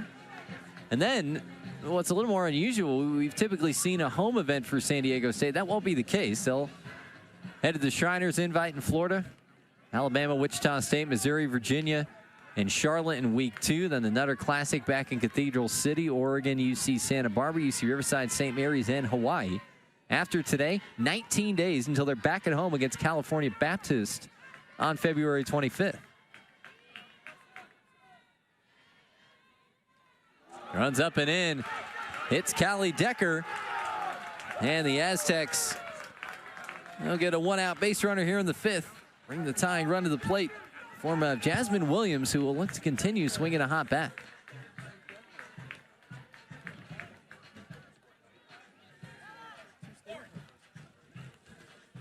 Walking it out up that first base line. Looks like she's good to go. Gonna spike the bat down with a little authority. Probably wouldn't be doing that if you were really feeling something. And the Aztecs will send a pinch runner over in that direction. Here's Mia Rodriguez. Made her NCAA debut as a pinch runner against CSUN in Game 1. Freshman out of San Jose up in the Bay Area, which if you're not familiar with Golden State geography is to say not close to here. I mean, a 9-10 hour drive if you left right now. But born in San Diego, so bringing it back here for her start of her NCAA career with the Aztecs. Williams representing the tying run, standing in. Goes up top and takes ball 1. Just to round out that point about the Aztec schedule, they'll play at the Garmin Classic in Fullerton, Weber State, Notre Dame, Utah, Arizona, Cal State, Fullerton. Also see LMU, Sac State, and UCLA in non-conference here in March, right before the start of league play at Utah State. Williams takes a strike, and it's even up at 1-1, as ever. Heck of a non-conference schedule for San Diego State. Should set him up with a pretty nice RPI.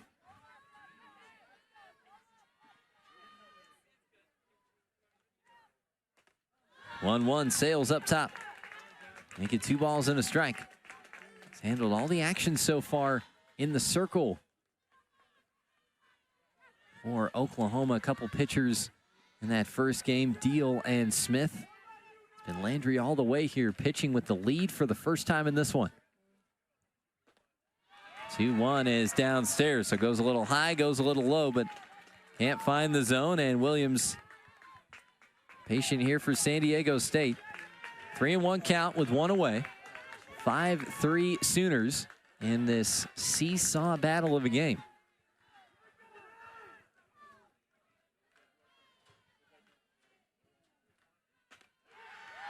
3-1 is in there for a strike.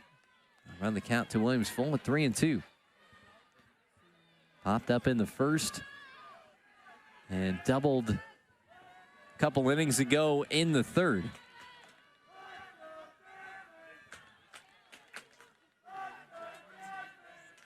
Landry ready's at 3-2. Set down the right field line, just off the glove. And San Diego State threatening for runners at the corners. They'll have it, and then Williams diving into second on the throw. Good contact, full stretch by Sanders. Nipped the glove on the way out to right field. Then with 1 down in the 5th, the Aztecs back in business. They've got the tying run at second here. Went low, dug it out. Oh, almost for Sanders going full stretch. But to get under that and put that kind of a swing on that kind of a pitch,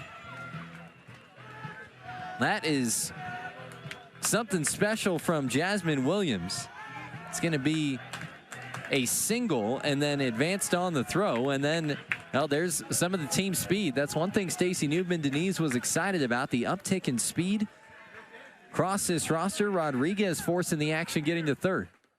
And Angie Yellen stands in and takes strike 1. Strikeout and a flyout for the Aztecs coming off of that good start in game 1. 2 hits, including a homer, 4 driven in.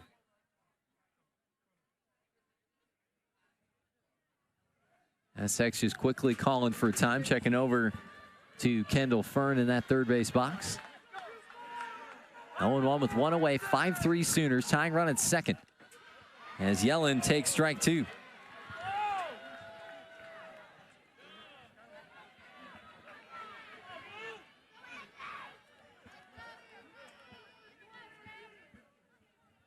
So looking to get in defensive mode here.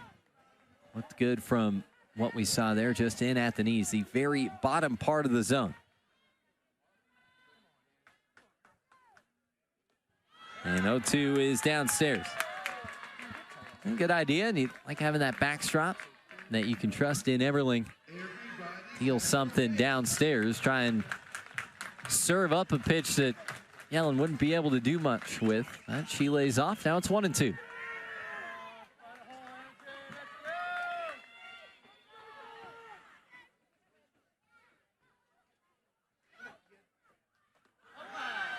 Time brings it upstairs. Makes it 2 balls and 2 strikes. Again, going low to high. We've seen that combination a couple of times. We talked about it a lot with Uribe, but Landry showing that ability to pitch down and pitch up. Mix it up top to bottom. Close on that last one. Here's the 2-2. And Yellen pokes it foul. Good defensive swing. We've seen a handful of the student athletes for all of these teams do that today. Just that short swing. And they're basically just getting it to contact, not even needing to get it through the softball. But just get the bat on the ball and pop it the other way.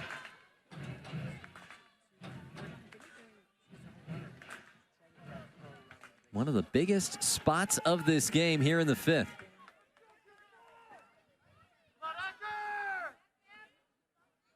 Time called for as Yellen steps out.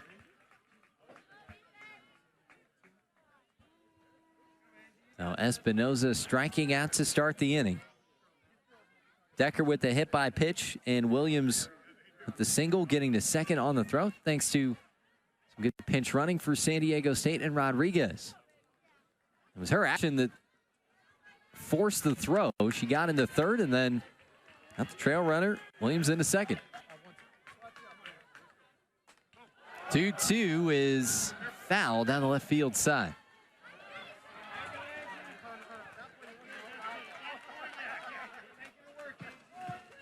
Got a good piece of it, got out in front there for Yellen.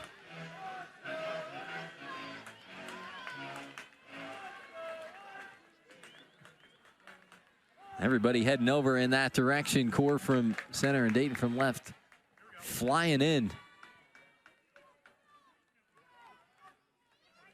Still 2-2. Swung on and missed.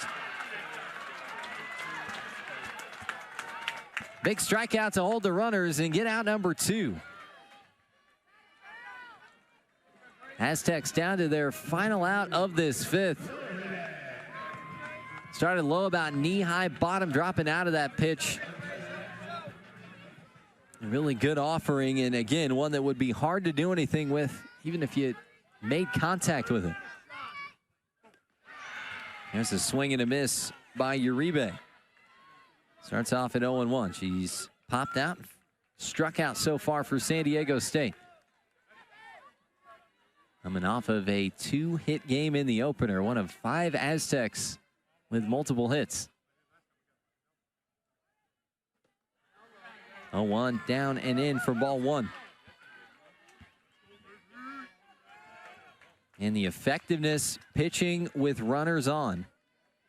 2 for 11 with runners on for San Diego State. 1 for 9 with runners in scoring position. A lot of opportunities outside of that Cunningham 3-run homer. Similar spot here, down and in. It makes it 2-1.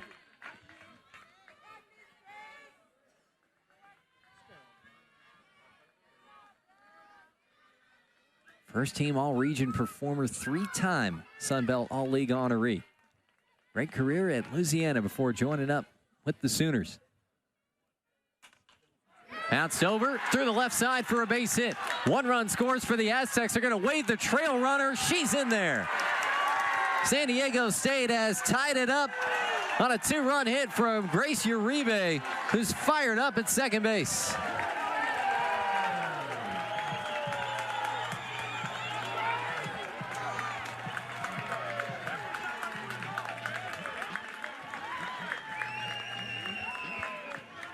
Rodriguez, the pinch runner, scoring along with Williams.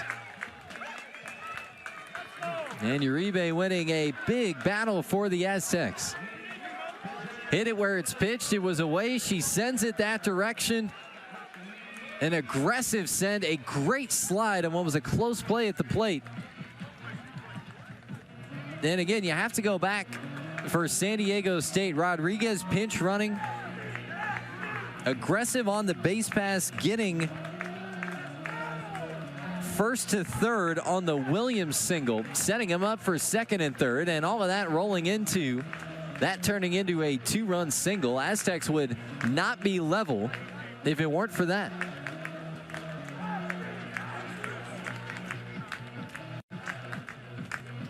So Uribe continues to have a nice debut day here for San Diego State.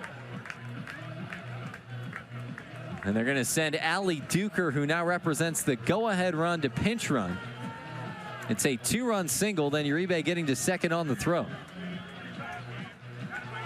And the Aztecs have had some big hits throughout this day from a couple different batters. I mean, you think about the work that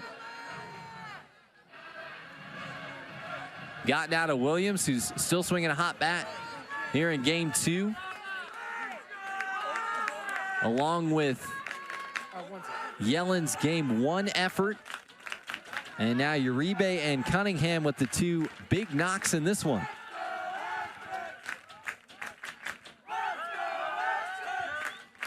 Macario takes ball 1.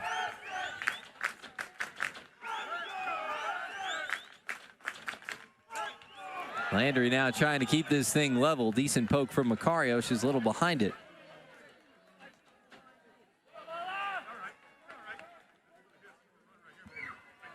Evens up here at 1-1. Macario coming over from Central Florida, or San Diego State, 3rd-team All-Region middle infielder last year. And goes around, cannot hold up the swing. That'll make it 1-2.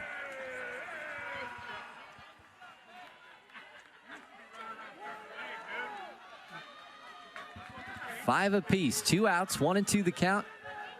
Bottom 5. And there is a swing and a miss. Drop third strike, so I had to throw it down to first to confirm it. But they get it done to keep this thing all even up at 5. Landry gets the strikeout. It's a 2-run Aztec inning. It's a 2-run single to the left side by Uribe. Aztecs flying around. Great head first dive in from Williams. 5-5 through 5. It's getting fun. Let's go to the 6th. Back and forth we go here at San Diego State. 5 apiece between the Aztecs and number 2/3 Oklahoma. As you take a look at some of the big hits in this one, this was Shannon Cunningham's 3-run home run in the second. First with the Aztecs to just left of center. That made it 3-0 Aztecs. Couple of big hits for Oklahoma to try and cut into the deficit, and this was the no-doubter from Cassidy Pickering to give them the lead after some clutch work at the plate by Ella Parker. Then San Diego State, Grace Uribe, who's back in the circle, helped pull them level with that 2-run single in the bottom half of the 5th. Facing Agbayani to start off this 6th inning. 6 total runs across. 4 in the top of the 5th, 2 in the bottom half, and we've seen at least 1 run in 3 of the last 4 innings now. A good contest between these two sides to round out opening day. Somebody's going to go to 2-0 after both got the better of CSUN earlier on. 5 runs, 6 hits, no errors, 4 left on for the Sooners. 5 runs, 7 hits, an error, 4 left on for San Diego State. Uribe's 1-1 heads in downstairs, and it goes to 2 balls and a strike.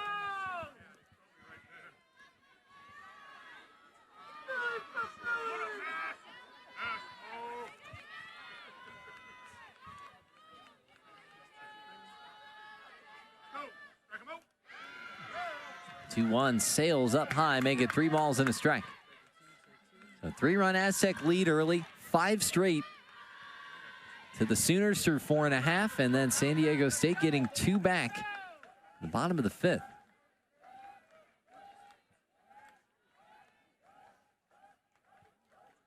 So both teams have held a multi-run lead in this one. We're all square at 5 as we get on into this 6th inning. Uribe finds a strike here to make it 3-2. And from a pitching standpoint, now her 62nd appearance overall, was 13-10, 4.36 ERA, 180 innings during her time at Texas A&M. Bounce over the third. Yellen's got it for the Aztecs. 1 down.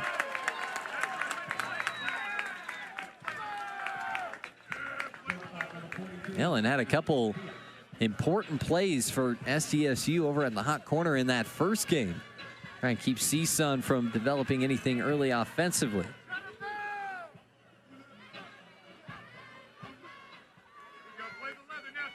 Looked good over there defensively for San Diego State throughout this opening day. Now Gabby Garcia, the starter at short in game 1. Coming off the bench here at game 2, still handling that post. Batting here out of the 8th spot. Takes ball 1 from Uribe.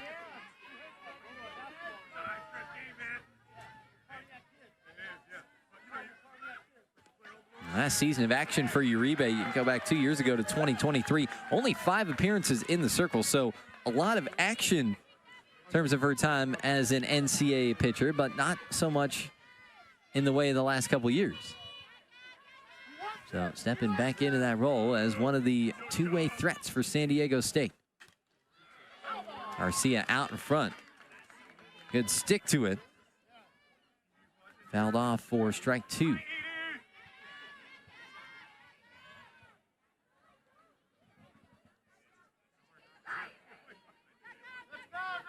An Oklahoma team moving on from 4 All-Americans from a year ago, 6 of 9 position starters, 3 of the 4 primary pitchers. As much roster churn as they've seen in this incredible championship run. One is up top and evens it up at 2 balls and 2 strikes.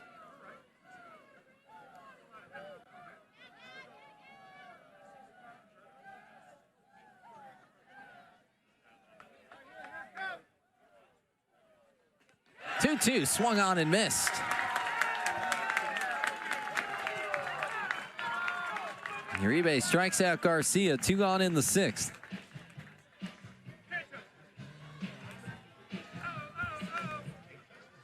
And now Hannah Kaur will step back into bat.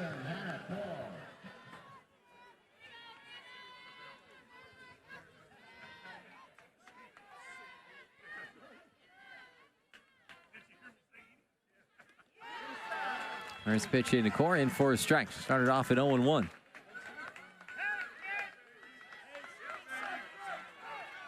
So 2 1/3 for Hernandez, 2 1/3 for Salura. Back to Uribe here. 3 strikeouts in 5 innings in game 1. She's starting to work the swing and miss stuff here in game 2.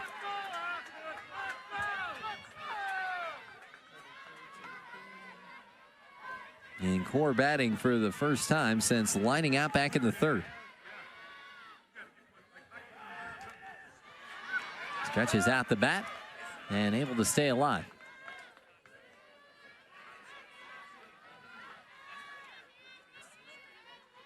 Redshirt junior out of Yorba Linda Esperanza High School. Missed a lot of 2023.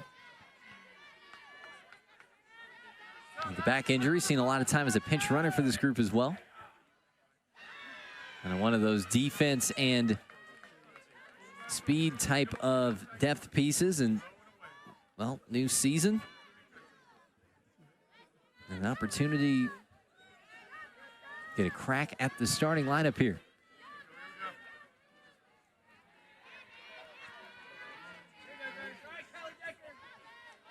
Came off the bench in game 1, but starting it up here in game 2.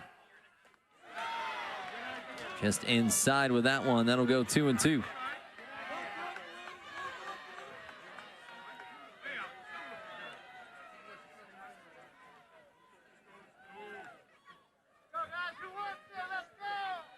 Breeze starting to pick up a little bit from behind us. When it's going, it's usually going out. We'll catch a little bit of it. Foul territory. Catch on the move for San Diego State. The wheels out there from Holcomb to haul it in. And the Aztecs have issued the first 1-2-3 inning for either side in this game. Comes in the top of the 6th after they tied it back up, and they will head to bat in the home 6, 5 apiece. Aztecs and the Sooners. As we go bottom 6 on Mountain West Network, David Gentili with you on the call for this one. Dan Oshman, our producer director, along with Zach Savage, Kyler McPhillips, and Andreas Flores running cameras for us. Also, a big thank you to our sports information director, Sam Myers with San Diego State. Brock Borgeson with Oklahoma, helping us get ready to go leading up to this season opening day. And always fun to get 2 games in to start the campaign. So 5 apiece, bottom 6, Quinn Wyke standing in for San Diego State against Sam Landry. It'll be Wyke, Holcomb, and Farrandou up here for the Aztecs. Took a walk in the 2nd and grounded out for San Diego State back in the 4th.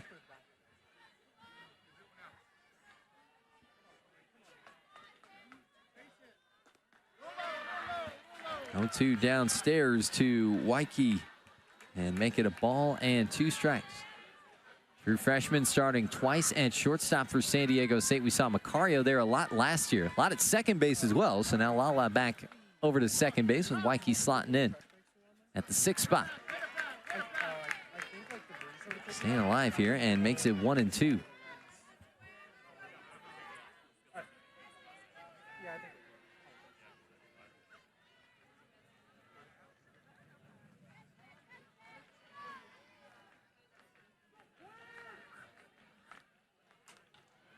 Wyke waiting on that 1-2 pitch and fouls it off to the right side for San Diego State.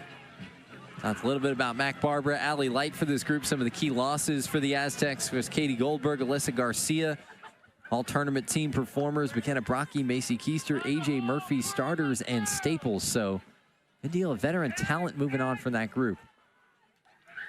I'm really excited about the core, Stacey Newman-Denise, that they're bringing back this year. And as we talked about, likes what she's saying in terms of her team speed and just in terms of overall depth.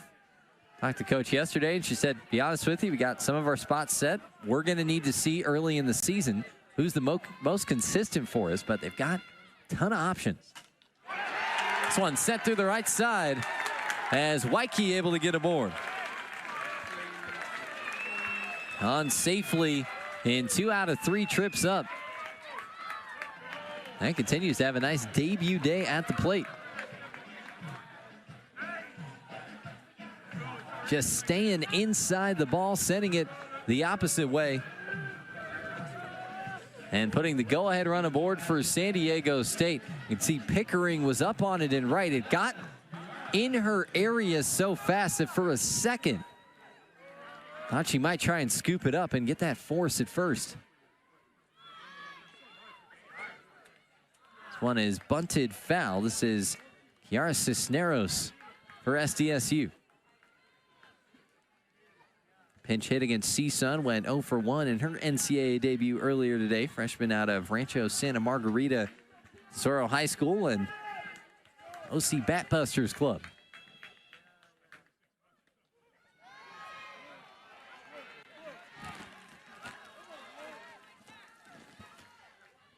No one in there for a strike. That makes it 0-2. She's batting here in the 8th spot for SDSU.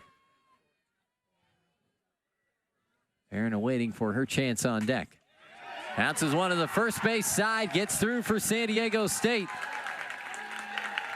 And off to third is Wyke. First and third, nobody out for the Aztecs here in the 6th.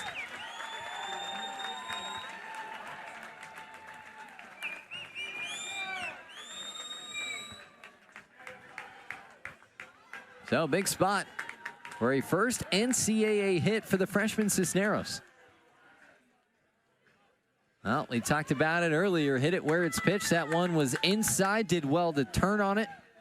And just got enough in terms of the hop and the exit velo to get it past Sanders over at first. So first and third with nobody out in a 5-5 game, bottom 6. And if San Diego State able to get a run across here, then they'd be 3 outs away from what would be a stellar opening day win, but kind of ways to go. Can't get too far ahead of things there. So Kate Farron back into bat in the 9th spot. And actually up to bat for the first time in this one. Showing a bunt look. Runner taking off for a second. They'll cut the throw, and it's a stolen base.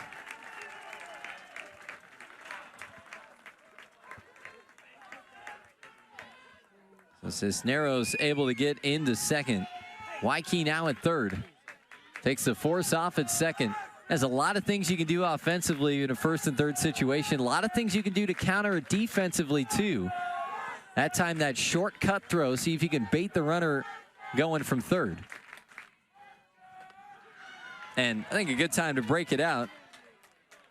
Now, because the runner on third, the most important one as that potential tie-breaking run.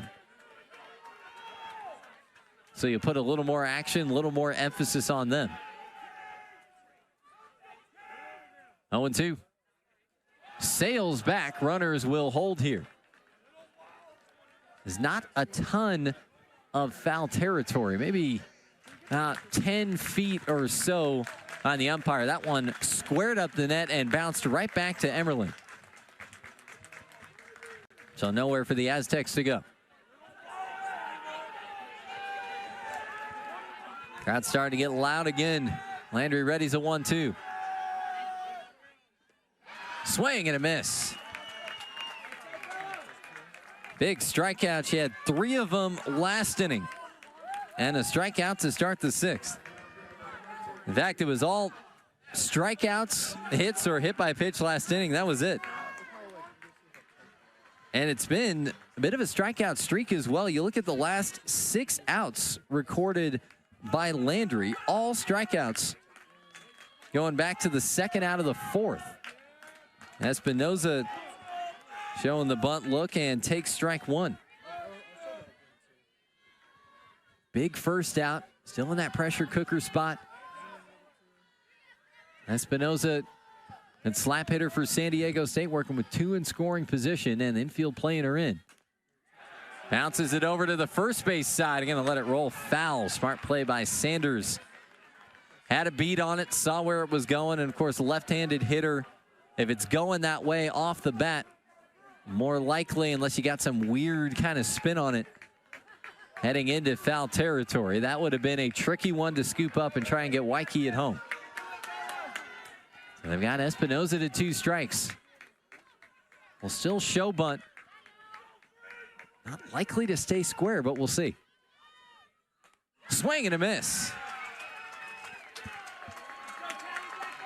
2nd and 3rd with nobody out and 2 consecutive strikeouts.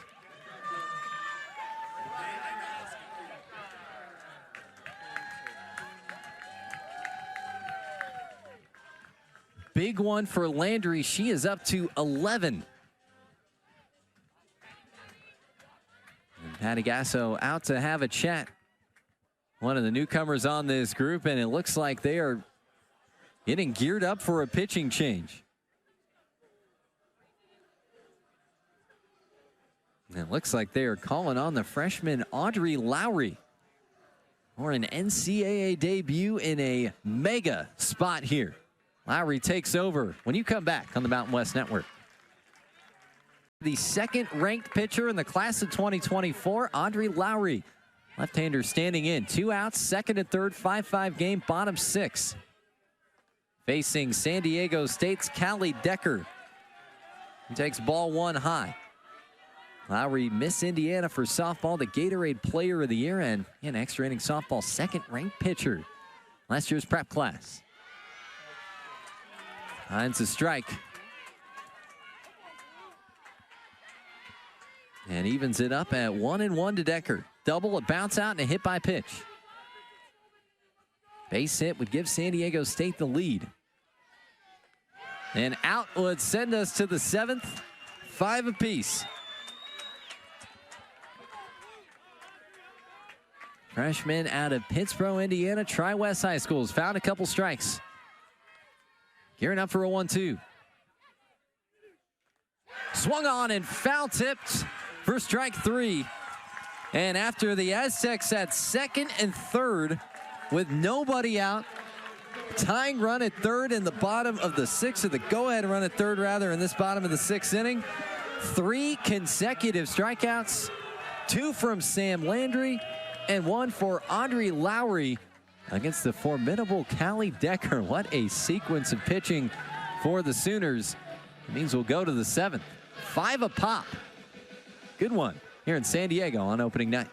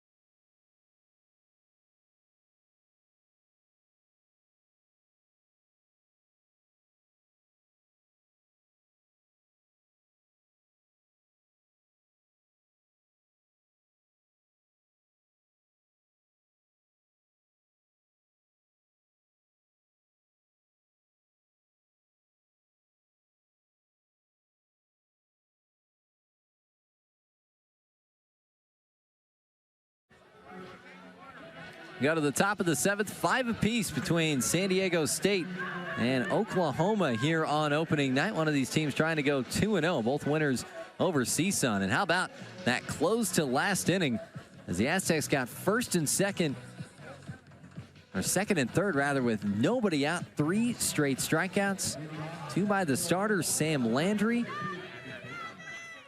and then Andre Lowry in her NCAA debut in a gotta have it spot against Callie Decker, got the strikeout. Keep the Aztecs from taking the lead and forcing a must-score inning. Instead, we're 5 apiece as Abby Dayton leads it off and takes ball 1. Give you another look.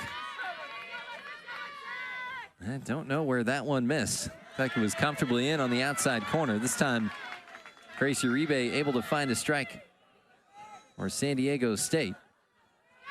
Dayton's gotten aboard every time up.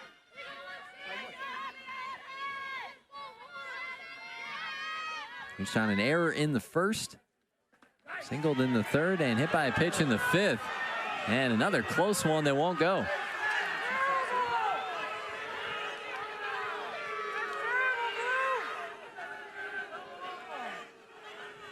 And Uribe asking back, trying to get a sense of the zone.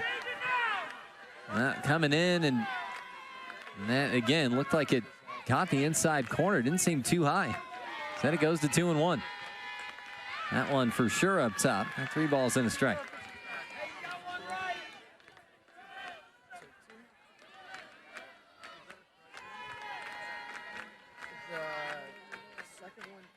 Jaylene Hernandez is checked into the game and right for SDSU.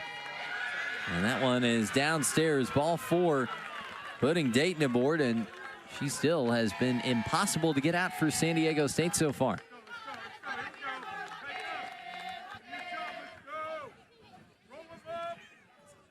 And one of the big-time transfers coming in after that stellar career at Utah. And getting the go-ahead run on here in the 7th inning. Now Oklahoma State going to call time, huddle up, and talk it out. Interesting with Patty Gasso talking prior to the season. She said, look, last couple seasons, 2 weeks before the start of the year, I'm like, yep, we're good. I know what we are. I know where we're at. Feeling good going into the season. But the one thing that came across in her preseason press conference was just being excited for the new group, excited for the challenge. And she had Dayton up there with her. And she talked about Dayton. She said, look, she's somebody that's going to create chaos at the plate and on the base pass, full of energy every day, every second, every moment.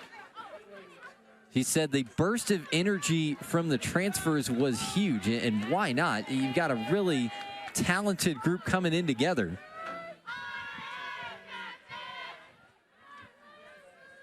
Trying to help this team continue its unprecedented national championship run. And she leaned over at one point to Dayton. She said, "You got all this injury. Do you ever sleep?" Here's McEnroe Marinas who pops this one foul. He said that was one of the things that stood out about the lead up to the season.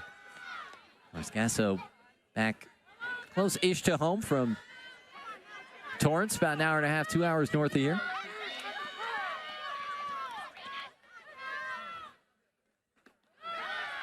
Pitch is off the plate from Uribe, and it goes to a ball and a strike.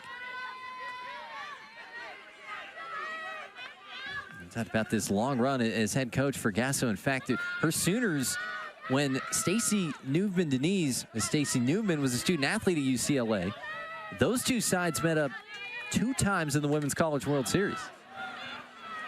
This one just onto the outfield grass, and Macario going to get it for San Diego State. And McEnroe Marinas to pop out. One down here in the 7th, and here's Ella Parker, who's been doing a lot of damage in this one. I want to put a bow on that last point real quick. OU, first national title back in 2000. It was a clincher over UCLA. Newman-Denise didn't play in that game, but then in 2002, UCLA won 2-0. That was their lone win at the Women's College World Series when Stacy Newman was the National Player of the Year. So some history with Newman-Denise, formerly as a student athlete, now as a coach in some big-time matchups in those two terrific programs. Stacy Newman-Denise out of the dugout real quick. Bryce DeColvey out with her as well. First-year head coach. It's a men's fast-pitch player as well. She said that's added a nice little dynamic for our group. The types of things that they are able to see.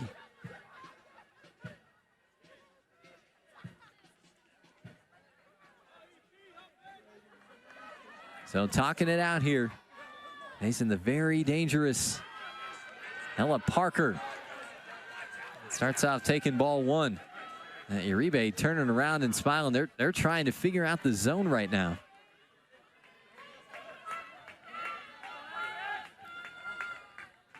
That camera, of course, we got, it's a little off center, but boy, some of these have been close. I thought you could make a case for at least 2 out of those 3 that have garnered some of the bigger reactions of the crowd for being strikes. Got Dayton over at first after the leadoff walk. McEnroe Marinas popping out to second. 2-0 pitches in there for a strike, make it 2-1. Parker with RBI hits last 2 times up, the one in the 3rd, and that was a huge one from a momentum standpoint after Cunningham's 3-run home run in the bottom of the 2nd. Just to get on the board, get a little juice going back in your camp. That is up and in. Make it 3 balls and a strike. And then an RBI double in the 5th. Prior to Cassidy Pickering's 3-run home run. Double made it a 1-run game, and Pickering helped him take a 5-3 lead. Swing and a miss.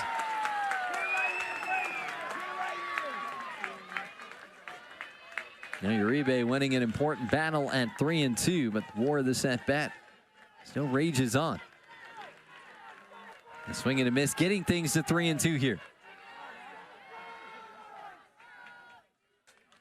And fouled off. Parker battling in to stay alive.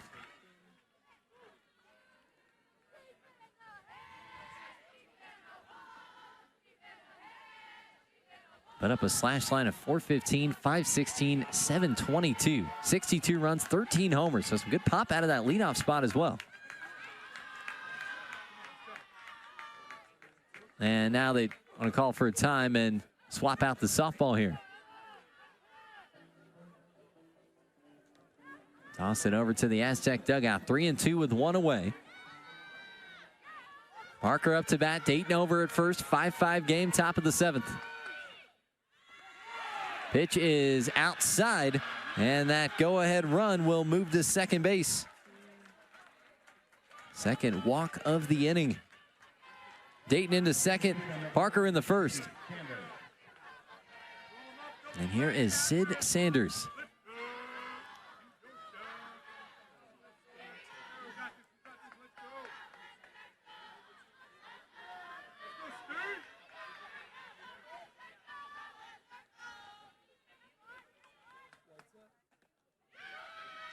Sanders takes ball one inside. 242 hitter for this group a season ago, but just a wealth of experience. Again, 425 as part of that standout freshman campaign with Arizona State a couple seasons back.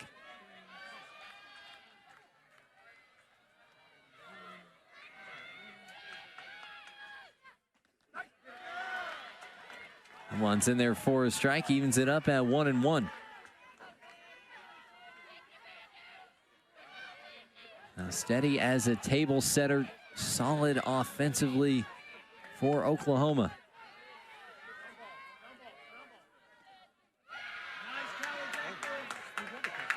Downstairs, making it 2 balls and a strike, and Decker going to get it to keep those runners in place.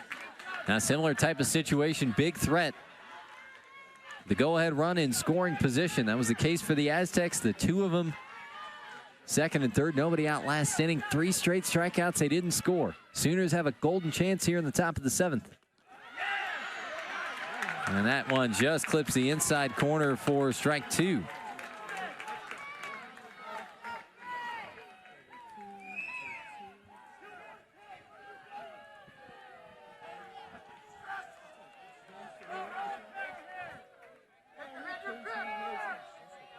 Two and two.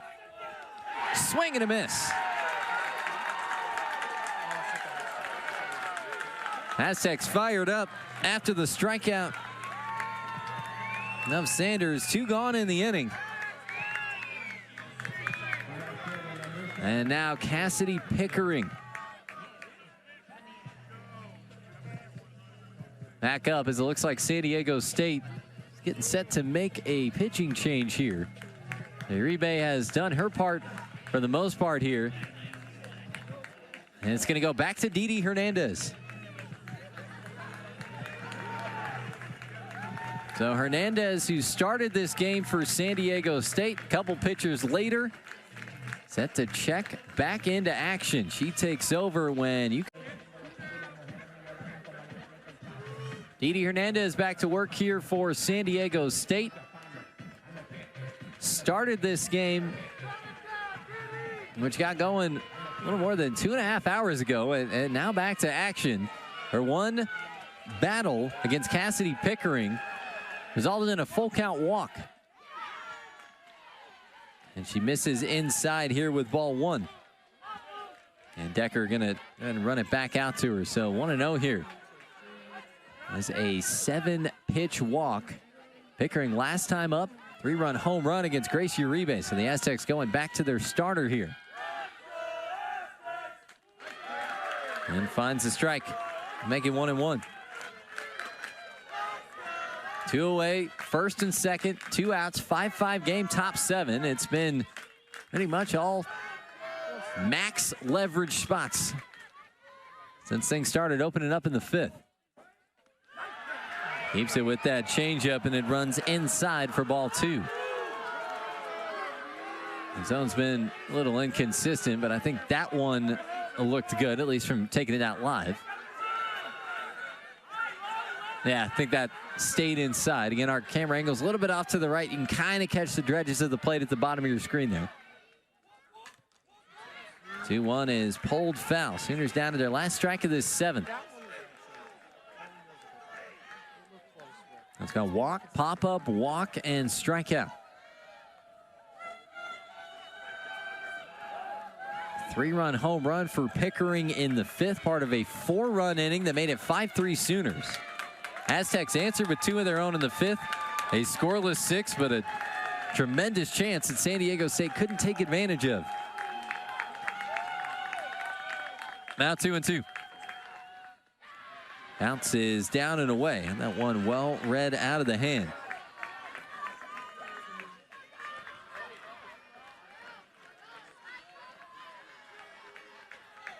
Two and a third, 2 hits, a run, 2 walks, 2 strikeouts for Hernandez on 46 pitches before checking back in here. Skips down low, and Pickering will walk the bases loaded.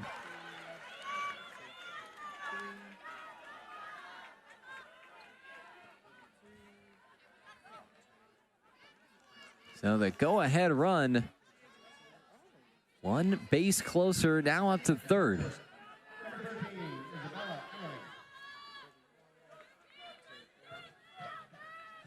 And it's Isabella Emmerling ready to stand back in. Grounded into a double play in the second, singled in the fourth, and bounced out to third in the fifth. And Emmerling watches that changeup sail low, so nowhere to put her now. Not something you usually see as a potential scary point for San Diego State walking in a run.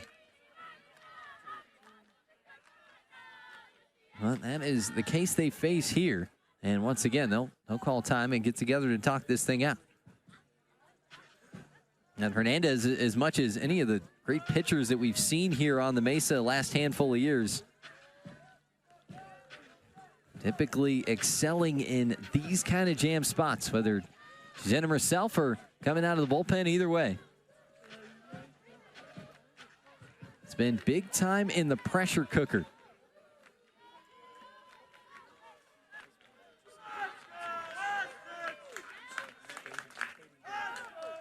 Bounces one over to third. Yellen quick up with it. And San Diego State keeps the Sooners off the board here in the seventh. 5 apiece. Aztecs back to bat, bottom 7. When we come back on Mountain West Network. In scoring position, but nothing doing since the 2 runs by the Aztecs off the bat of Uribe in the bottom of the 5th. Williams, Yellen, and then the 5 spot for San Diego State, currently occupied by Hernandez, but should they get there, that'll be somebody else hitting for the Aztecs against Audrey Lowry, who checked in last inning, got a strikeout with 2 outs in second and third to keep the Sooners out of a must-score situation going into that top of the 7th. Jasmine Williams starts out taking a strike for San Diego State. Hits each of her last 2 times up, 2 for 3 overall. 0-1 is bounced to short, turned around, and the throw to first is in time. Starting in, then backing up on it that time was Garcia, who came off the bench and has handled the last couple innings at shortstop. Big out number 1, and now that brings up Angie Yellen. Her first time facing Lowry, she struck out twice, flown out to left. Looking to lay down a bunt and pops one up. Goes into foul territory, so she'll start off at 0-1.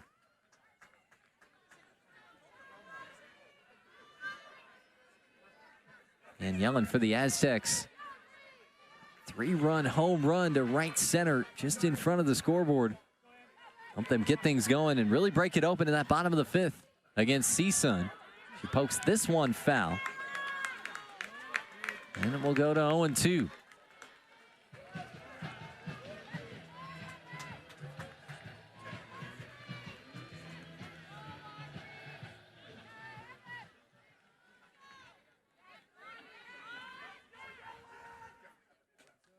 Lowry's 0-2 is bounced foul.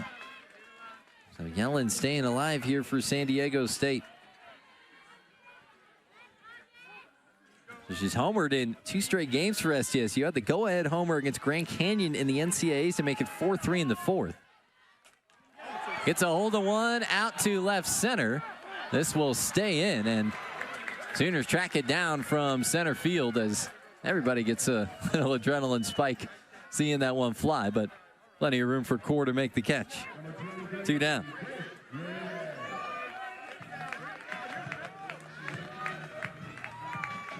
So 6-3 off the bat of Williams.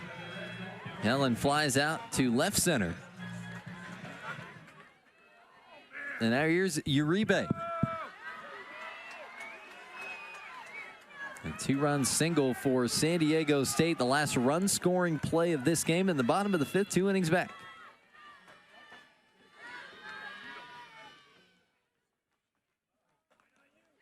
Oh, 1 is just outside there, so even things up at a ball and a strike.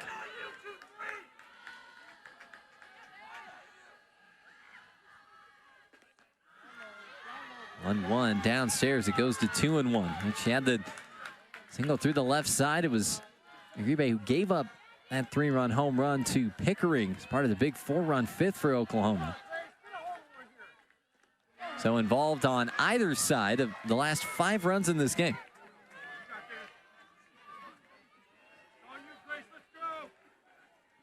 Started off the day 0 for 2 before coming through in the 5th.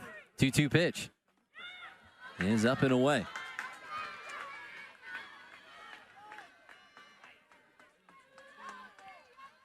Couple of team debuts in this head-to-head matchup, at least in terms of the day is concerned. This is the NCAA debut for Lowry, who gets a swing and a miss and caps off a 1-2-3. Bottom of the 7th inning. First time the Aztecs have been put down in order. And that means we are going to free softball on opening day. 5 apiece. Inning number 8 is on tap. Late night here in San Diego. And San Diego State, decent amount of roster churn, but a lot of impactful players coming back for this team this year. Trying to capture a Mountain West crown for the Aztecs for what would be a 4th consecutive year if they can get the regular season or tournament title. Start out with that runner on second base here as we go to the 8th.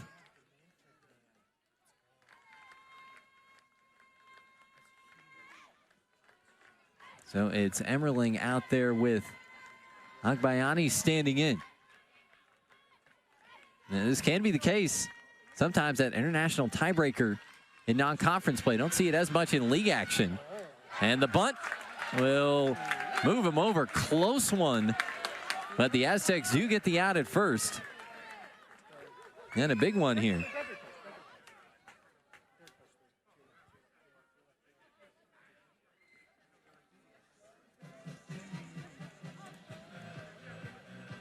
Patty Gasso has the lineup card out. So again, that is Emmerling, who's now up to third base after the sacrifice. Really close play. Ooh, for San Diego State. I don't know. We'll see if we can give you one more look at that.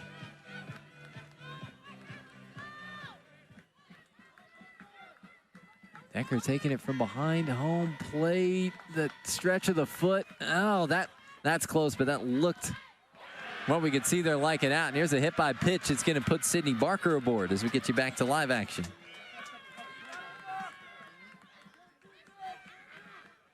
So it's first and third for the Sooners.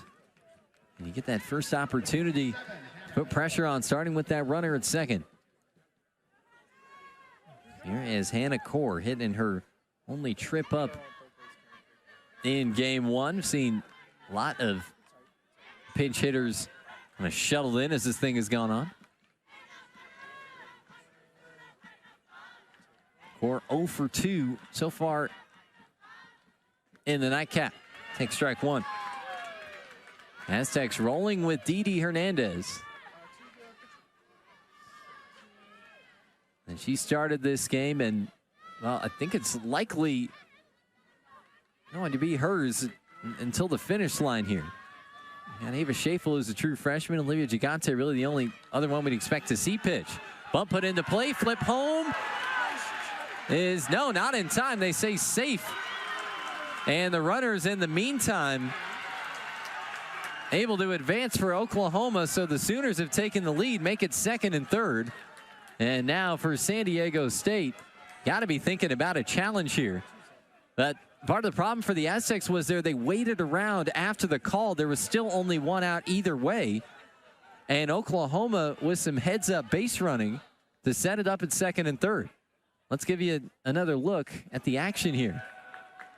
Flipped home, looked like the timing was good, and ooh, it's blocked. And definitely blocked. It's going to be hard to tell anything from our angle. And umpires will get together and talk it out. Looked like for sure the timing was right for the out, but not sure if we'll be able to give you a definitive look here. And they will go ahead and review. Take one more look from down the line. No, ball came out there. There it is. See the ball go loose at the end. That was nearly completely blocked from our view when we saw it live. So based on that, and that wasn't like a high-level contact play or anything like that, and Decker just lost the handle on the softball. So good look from up the first baseline. That's Dan Oshman spinning it for you. Andres Flores running our camera over there. If it holds up and guesses that it should here, and it'll be 6-5 and runners at second and third. Now take another look from behind the plate. Yeah, just stretching out the tag, but now she didn't have the softball secured through the tag. So that should be a run that'll stand for the Sooners here. That was interesting. Didn't see that initially live. We kind of had our view blocked from behind home plate. Decker picked it up, applied the tag anyway, but, well, then the other question would be, well, did Emmerling get in safely? And it looked like she did, and yep, that is the call that will stand after the review. So Oklahoma has taken the lead in the 8th, but also crucially for the Sooners, taking advantage and getting the runners to second and third here.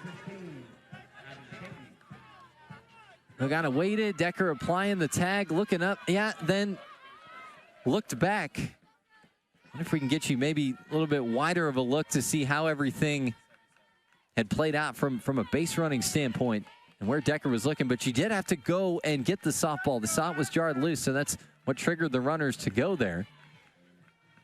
And we've got Callie Decker coming over to have something looked at. So here's a look at this play from a little bit of the wider angle. Again, flip it back home. That's pretty tight. I think if Decker holds onto it, it's an out. But then was looking back. So had to complete that action at home, but then with less than 2 outs, you got to complete your action and then go right back to the field and see what else is going on there. But the thing that we're trying to pick up from and decipher on this was that extra action enough? The grab and tag that the runner's already going, would it have made a difference?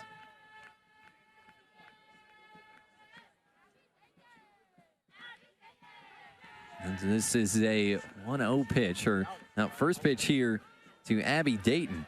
Boy, so a lot going on there. And Oklahoma's got the lead back 6-5 Sooners, top 8. Second and third with 1 away. Dayton has not been retired in 4 trips up. And the 1-0 just clipping the inside corner for strike 1. Reached on an error in the first, singled in the third, hit by a pitch in the 5th, walked in the 7th, done it just about every which way in this game. 1-1 skips in, and Decker blocks it for SDSU. So 2 balls and a strike.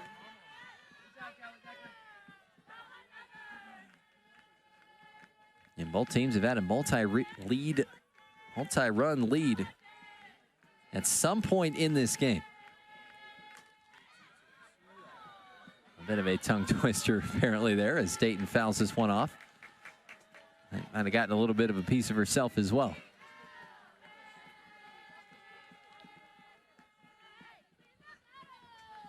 Both with great opportunities at 6th and the 7th. It's remarkable that those innings went completely scoreless.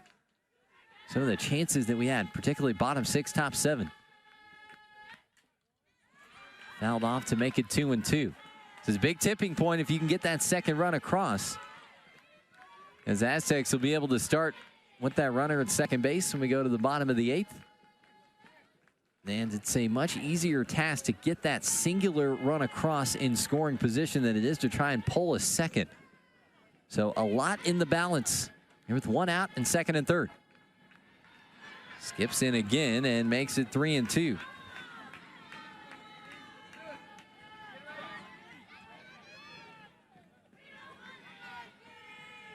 McEnroe Marinas awaiting on deck. Big full count pitch coming up.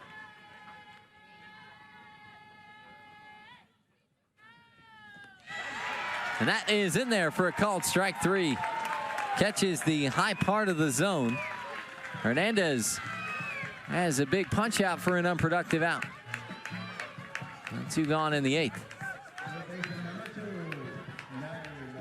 Take another look, just diving in at the last second, right below the letters. And a good spot, kept it high. So big strikeout from Didi.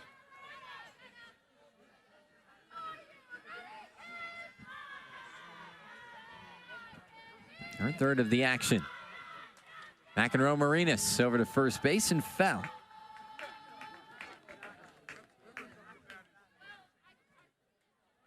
Barker's at third, Coors at second. International tiebreaker rule. They got that first run across. Decker couldn't hang on to the ball, trying to make the tag on her catching counterpart in Emerling.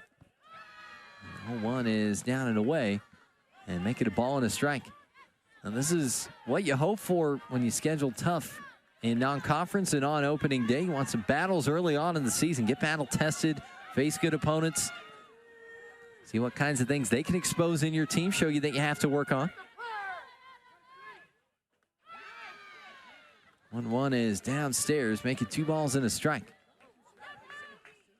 And it looks like got an injury concern for Core, who was limping back to second base, and now, well, time will be called for as they go out to have a look.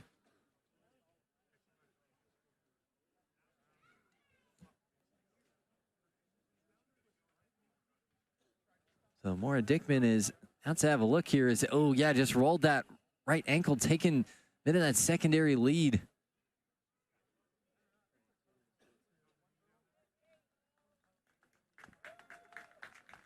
And going to be helped off here. So they'll have to bring in a pinch runner, and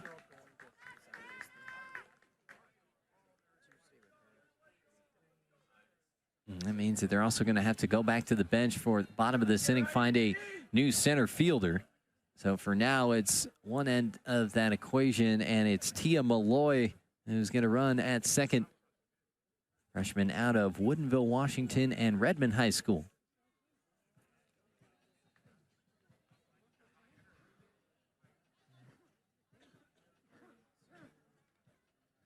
And pinch hit and struck out for her NCAA debut in game 1. That 7-2 win over CSUN immediately preceding this game. So Malloy into action there. Parker still at third. And again, still that big tipping point that we told you about.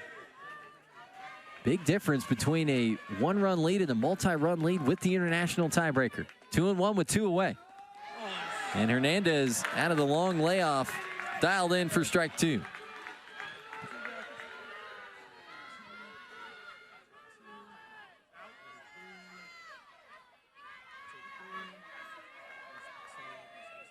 Keeping everything calm here. Trying to block out those pressure vibes. Swing and a miss. Big strikeout for Didi Hernandez. Her second in as many batters to close out the 8th. But the Sooners, the runner at second to start, and bringing it across to make it 6-5. Aztecs have to score when we come back. Bottom of the 8th is next on Mountain West Network.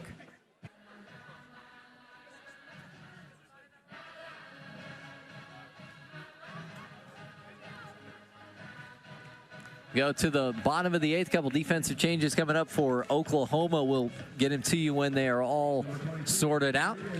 Or in extra innings here on opening night between the Aztecs and the Sooners.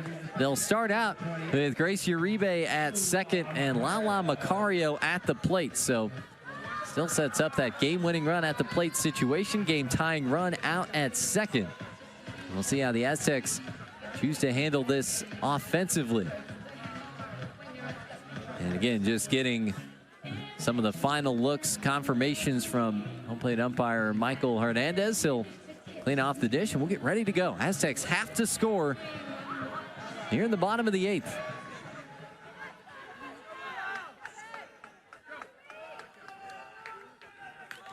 Macario started off showing a sacrifice look. Not always a straight sacrifice, you should say, though.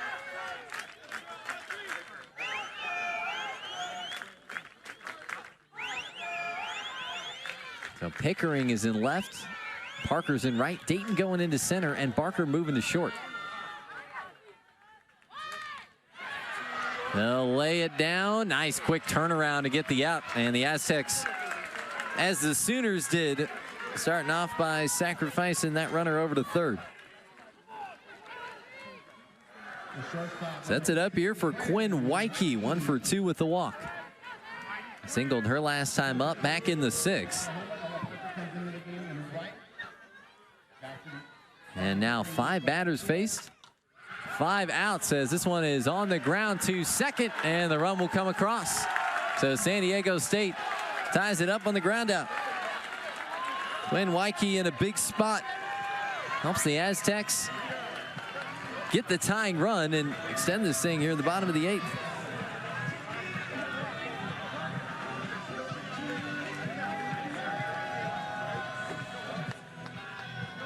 Now, man, 5 apiece after 7. Both teams getting that international tiebreaker runner home in the 8th. So the Aztecs all square. And looks like they're getting ready to go to the bench once again. Here is Jade Ignacio, one of the top pinch hitters for this group a season ago. And now stepping in the spot, trying to rally these Aztecs in the 8th.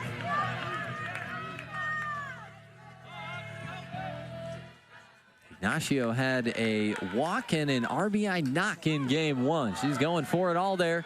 Pops it back and just gets out of play on the netting over our heads.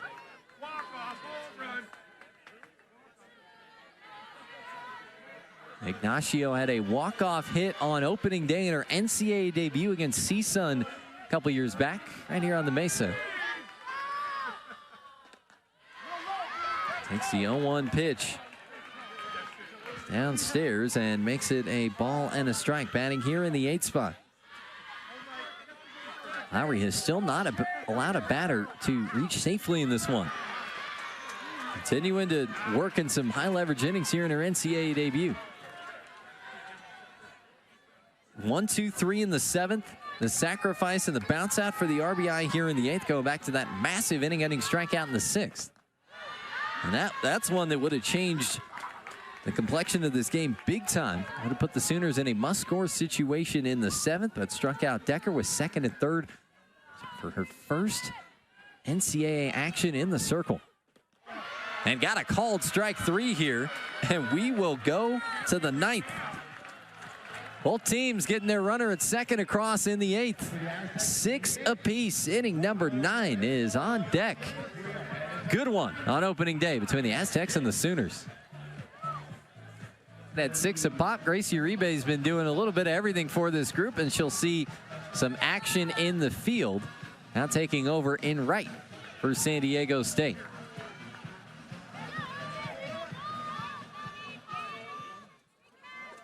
And runner will start at 2nd. That's Nelly McEnroe Marinas. Here's Ella Parker. Meat of the order due up here for Oklahoma against Didi Hernandez. Parker starts off and takes ball 1. It will be Parker, Sanders, and Pickering. Collectively responsible for 5 of the 6 runs driven in today. Downstairs, and it's 2-0. So they made the move. Go ahead and sacrifice that runner over to 3rd last time around. Less likely to see that with some of your bigger bats up here in position you love to be in. Got that starting off, leading off an inning with a runner in scoring position. From Parker, lone returning All-American from last year's group. Starts off 3-0 against Hernandez. Just finds the inside corner for strike 1. 3-0 San Diego State in the 2nd. 5 straight to the Sooners, including that 4-run 5th. 2 more for the Aztecs in the bottom of the 5th. Good chances, bottom 6, top 7. Neither materialized into runs, and then 1 run apiece in the first extra inning as Parker fouls back a 3-1 pitch.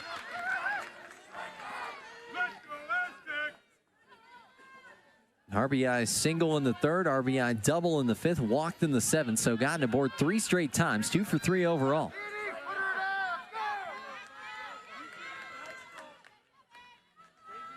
Full count pitch. Dives down and in for ball 4. So Parker taking a walk for the second straight trip up, going back to that 7th inning.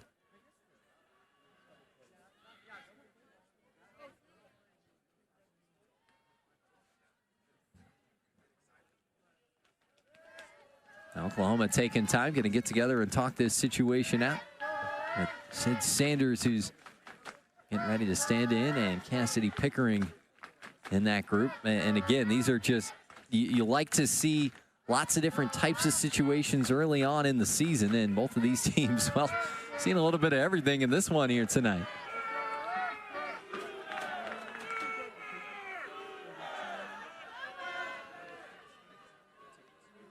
So Hernandez trying to stay loose here through this timeout. And that little bit of a break that we had, that injury stoppage, and the concern for Hannah Korsh came out of that, firing up a strike next go-round. So the international tiebreaker runner starting at second. Parker taking a walk as the first batter of the inning. Sanders laying down a bunt. Hernandez leaves it for Yellen, sidearms it to first in time. So the sacrifice will get the runners into scoring position. Sanders steps up, does a job, and the table is set for Cassidy Pickering here. 3-run home run earlier. She has drawn 2 walks, 7 walks overall for the Sooners in this one. 6-6 game, 1 out, top 9. Hernandez, first pitch is off the plate. Got Pickering up here. And you've got Emmerling on deck. It wouldn't necessarily be the worst thing for San Diego State if you didn't want to give her anything to hit. One just clipping the outside corner. Worked the first pitch away.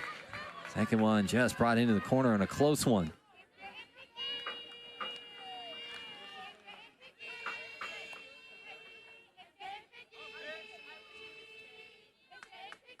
Ready for the 1-1. It's the inside corner this time for a strike 2. So moving out, in. Here from Hernandez. Working against Pickering, and a walk back in the 7th. 1 of 3 in that inning to load up the bases. 1-2 downstairs. Makes it 2 balls and 2 strikes. So much for that theory about nothing to hit. That's why I'm not a coach.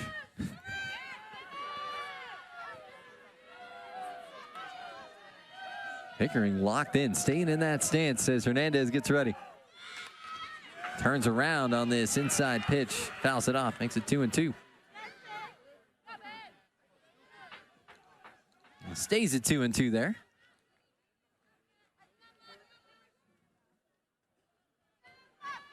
We inch on into the 3rd hour of action tonight. Coming up on just past 9:30 here in California.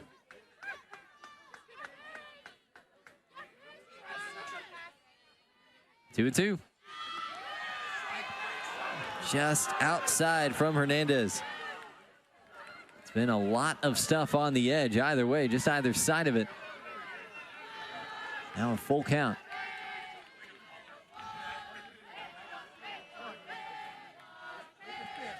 Hernandez ready for the 3-2 1-out pitch. Well, under this one, Pickering fouls it off.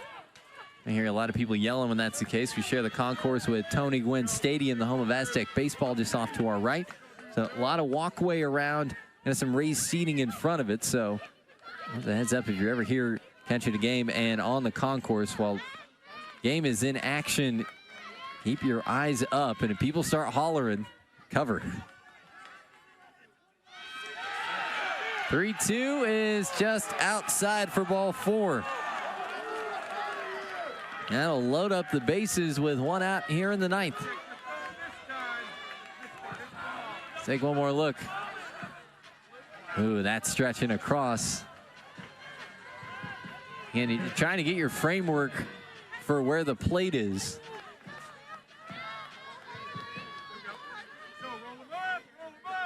Hammer just off of center, but even with that, you can see kind of right below umpire's right foot there. That's what you're looking at in terms of home plate, and that looked like a strike. Here, this one is tattooed and gone. One crack of the bat, massively changing things here in extra innings. It's a grand slam for Isabella Emmerling, and Oklahoma leads it 10-6.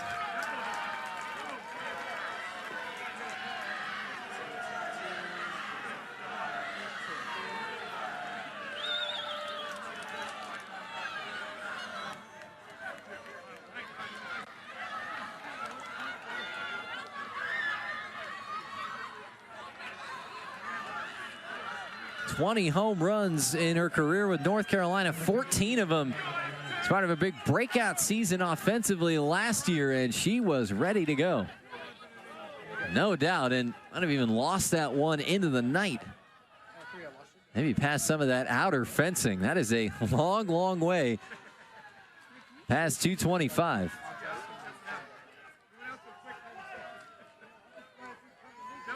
So the Sooners putting together a 4-run 9th.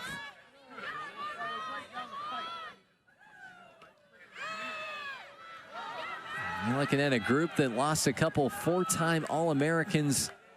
Tiare Jennings, Jada Coleman, also some studs in Kinsey Hansen, Alyssa Brito, multiple All-American selections for the two of them. So you retooled with a wealth of offensive talent from a handful of different schools coming in. And it's Emmerling who connects. When the inning is over, I'm going to come back to you. So you're clear. I'll come to that. And clear for landing after a massive grand slam. 1-2 here to Agbayani.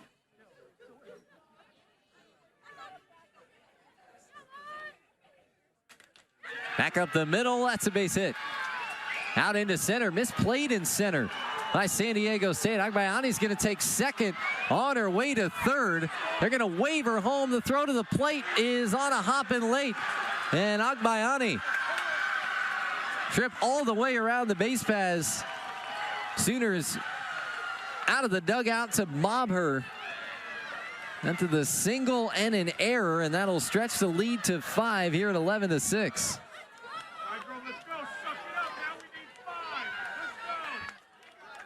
That's Jasmine Williams out in center for San Diego State. This one had some good pop coming off the bat. Now just went down to the knee, didn't really center up the softball then and got by her. That's one that you got to stop 10 times out of 10. And it was Macario who came over for the cutoff. Feeling good, good aggressive send, forcing the San Diego State defense into action. And brought that thing on home, make it 11-6 in a 5-run 9th. 3 games today, the biggest inning for either side, and it comes in a potentially decisive moment here in this 9th inning. It'll be a big hill to climb for San Diego State. They get back to bat bottom of the 9th.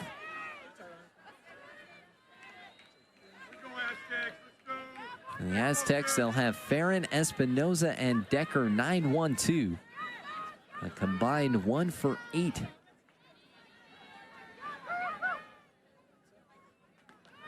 One and one here to Barker. And therefore a strike makes it 1-2.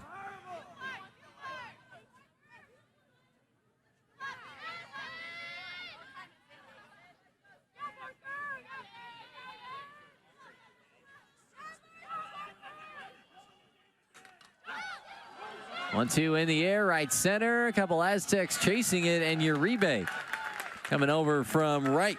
Fresh into the game in right. her number called. She makes the catch. Decent amount of ground to cover to track that one in the gaps. Able to make the play. And 2 down here. Now Tia Malloy ready to stand in.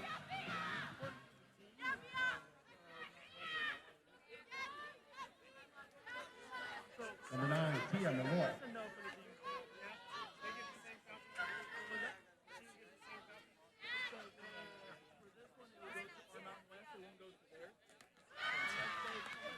First pitch to Malloy from Hernandez is up top, and it'll start off here at 1-0. So 1-0 with 2 away.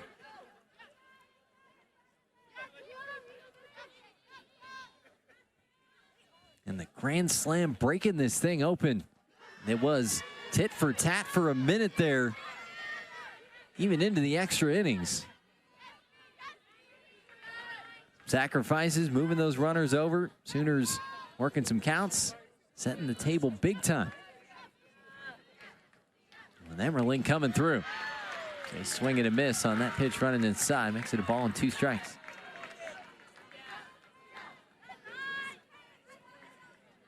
Was a 5-year letter winner at Redmond High School in Woodinville, Washington.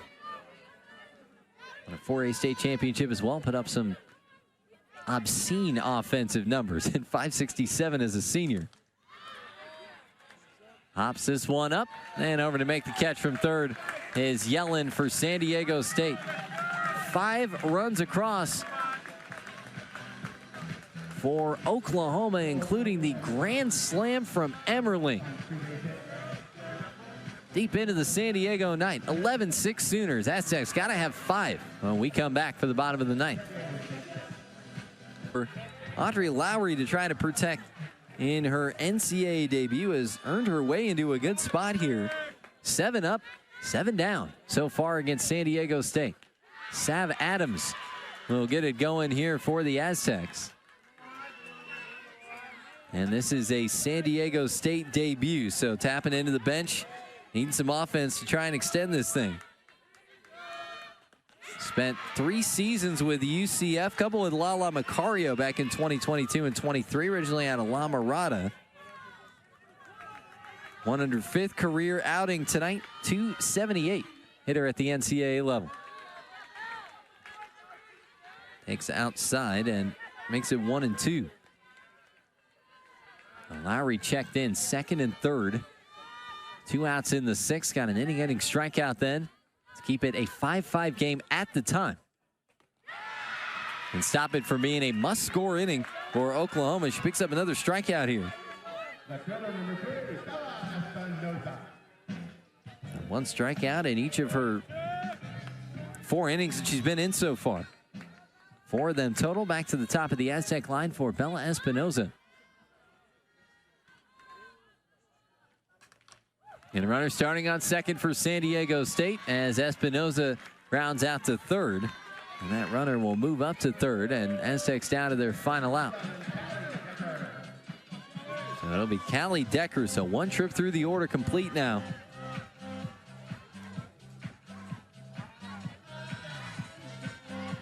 For Lowry, 2nd-ranked pitcher in last year's prep class.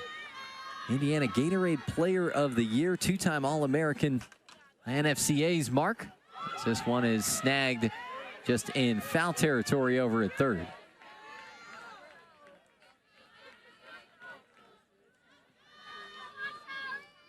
And out of Tri-West High School, 4 state championship game appearances.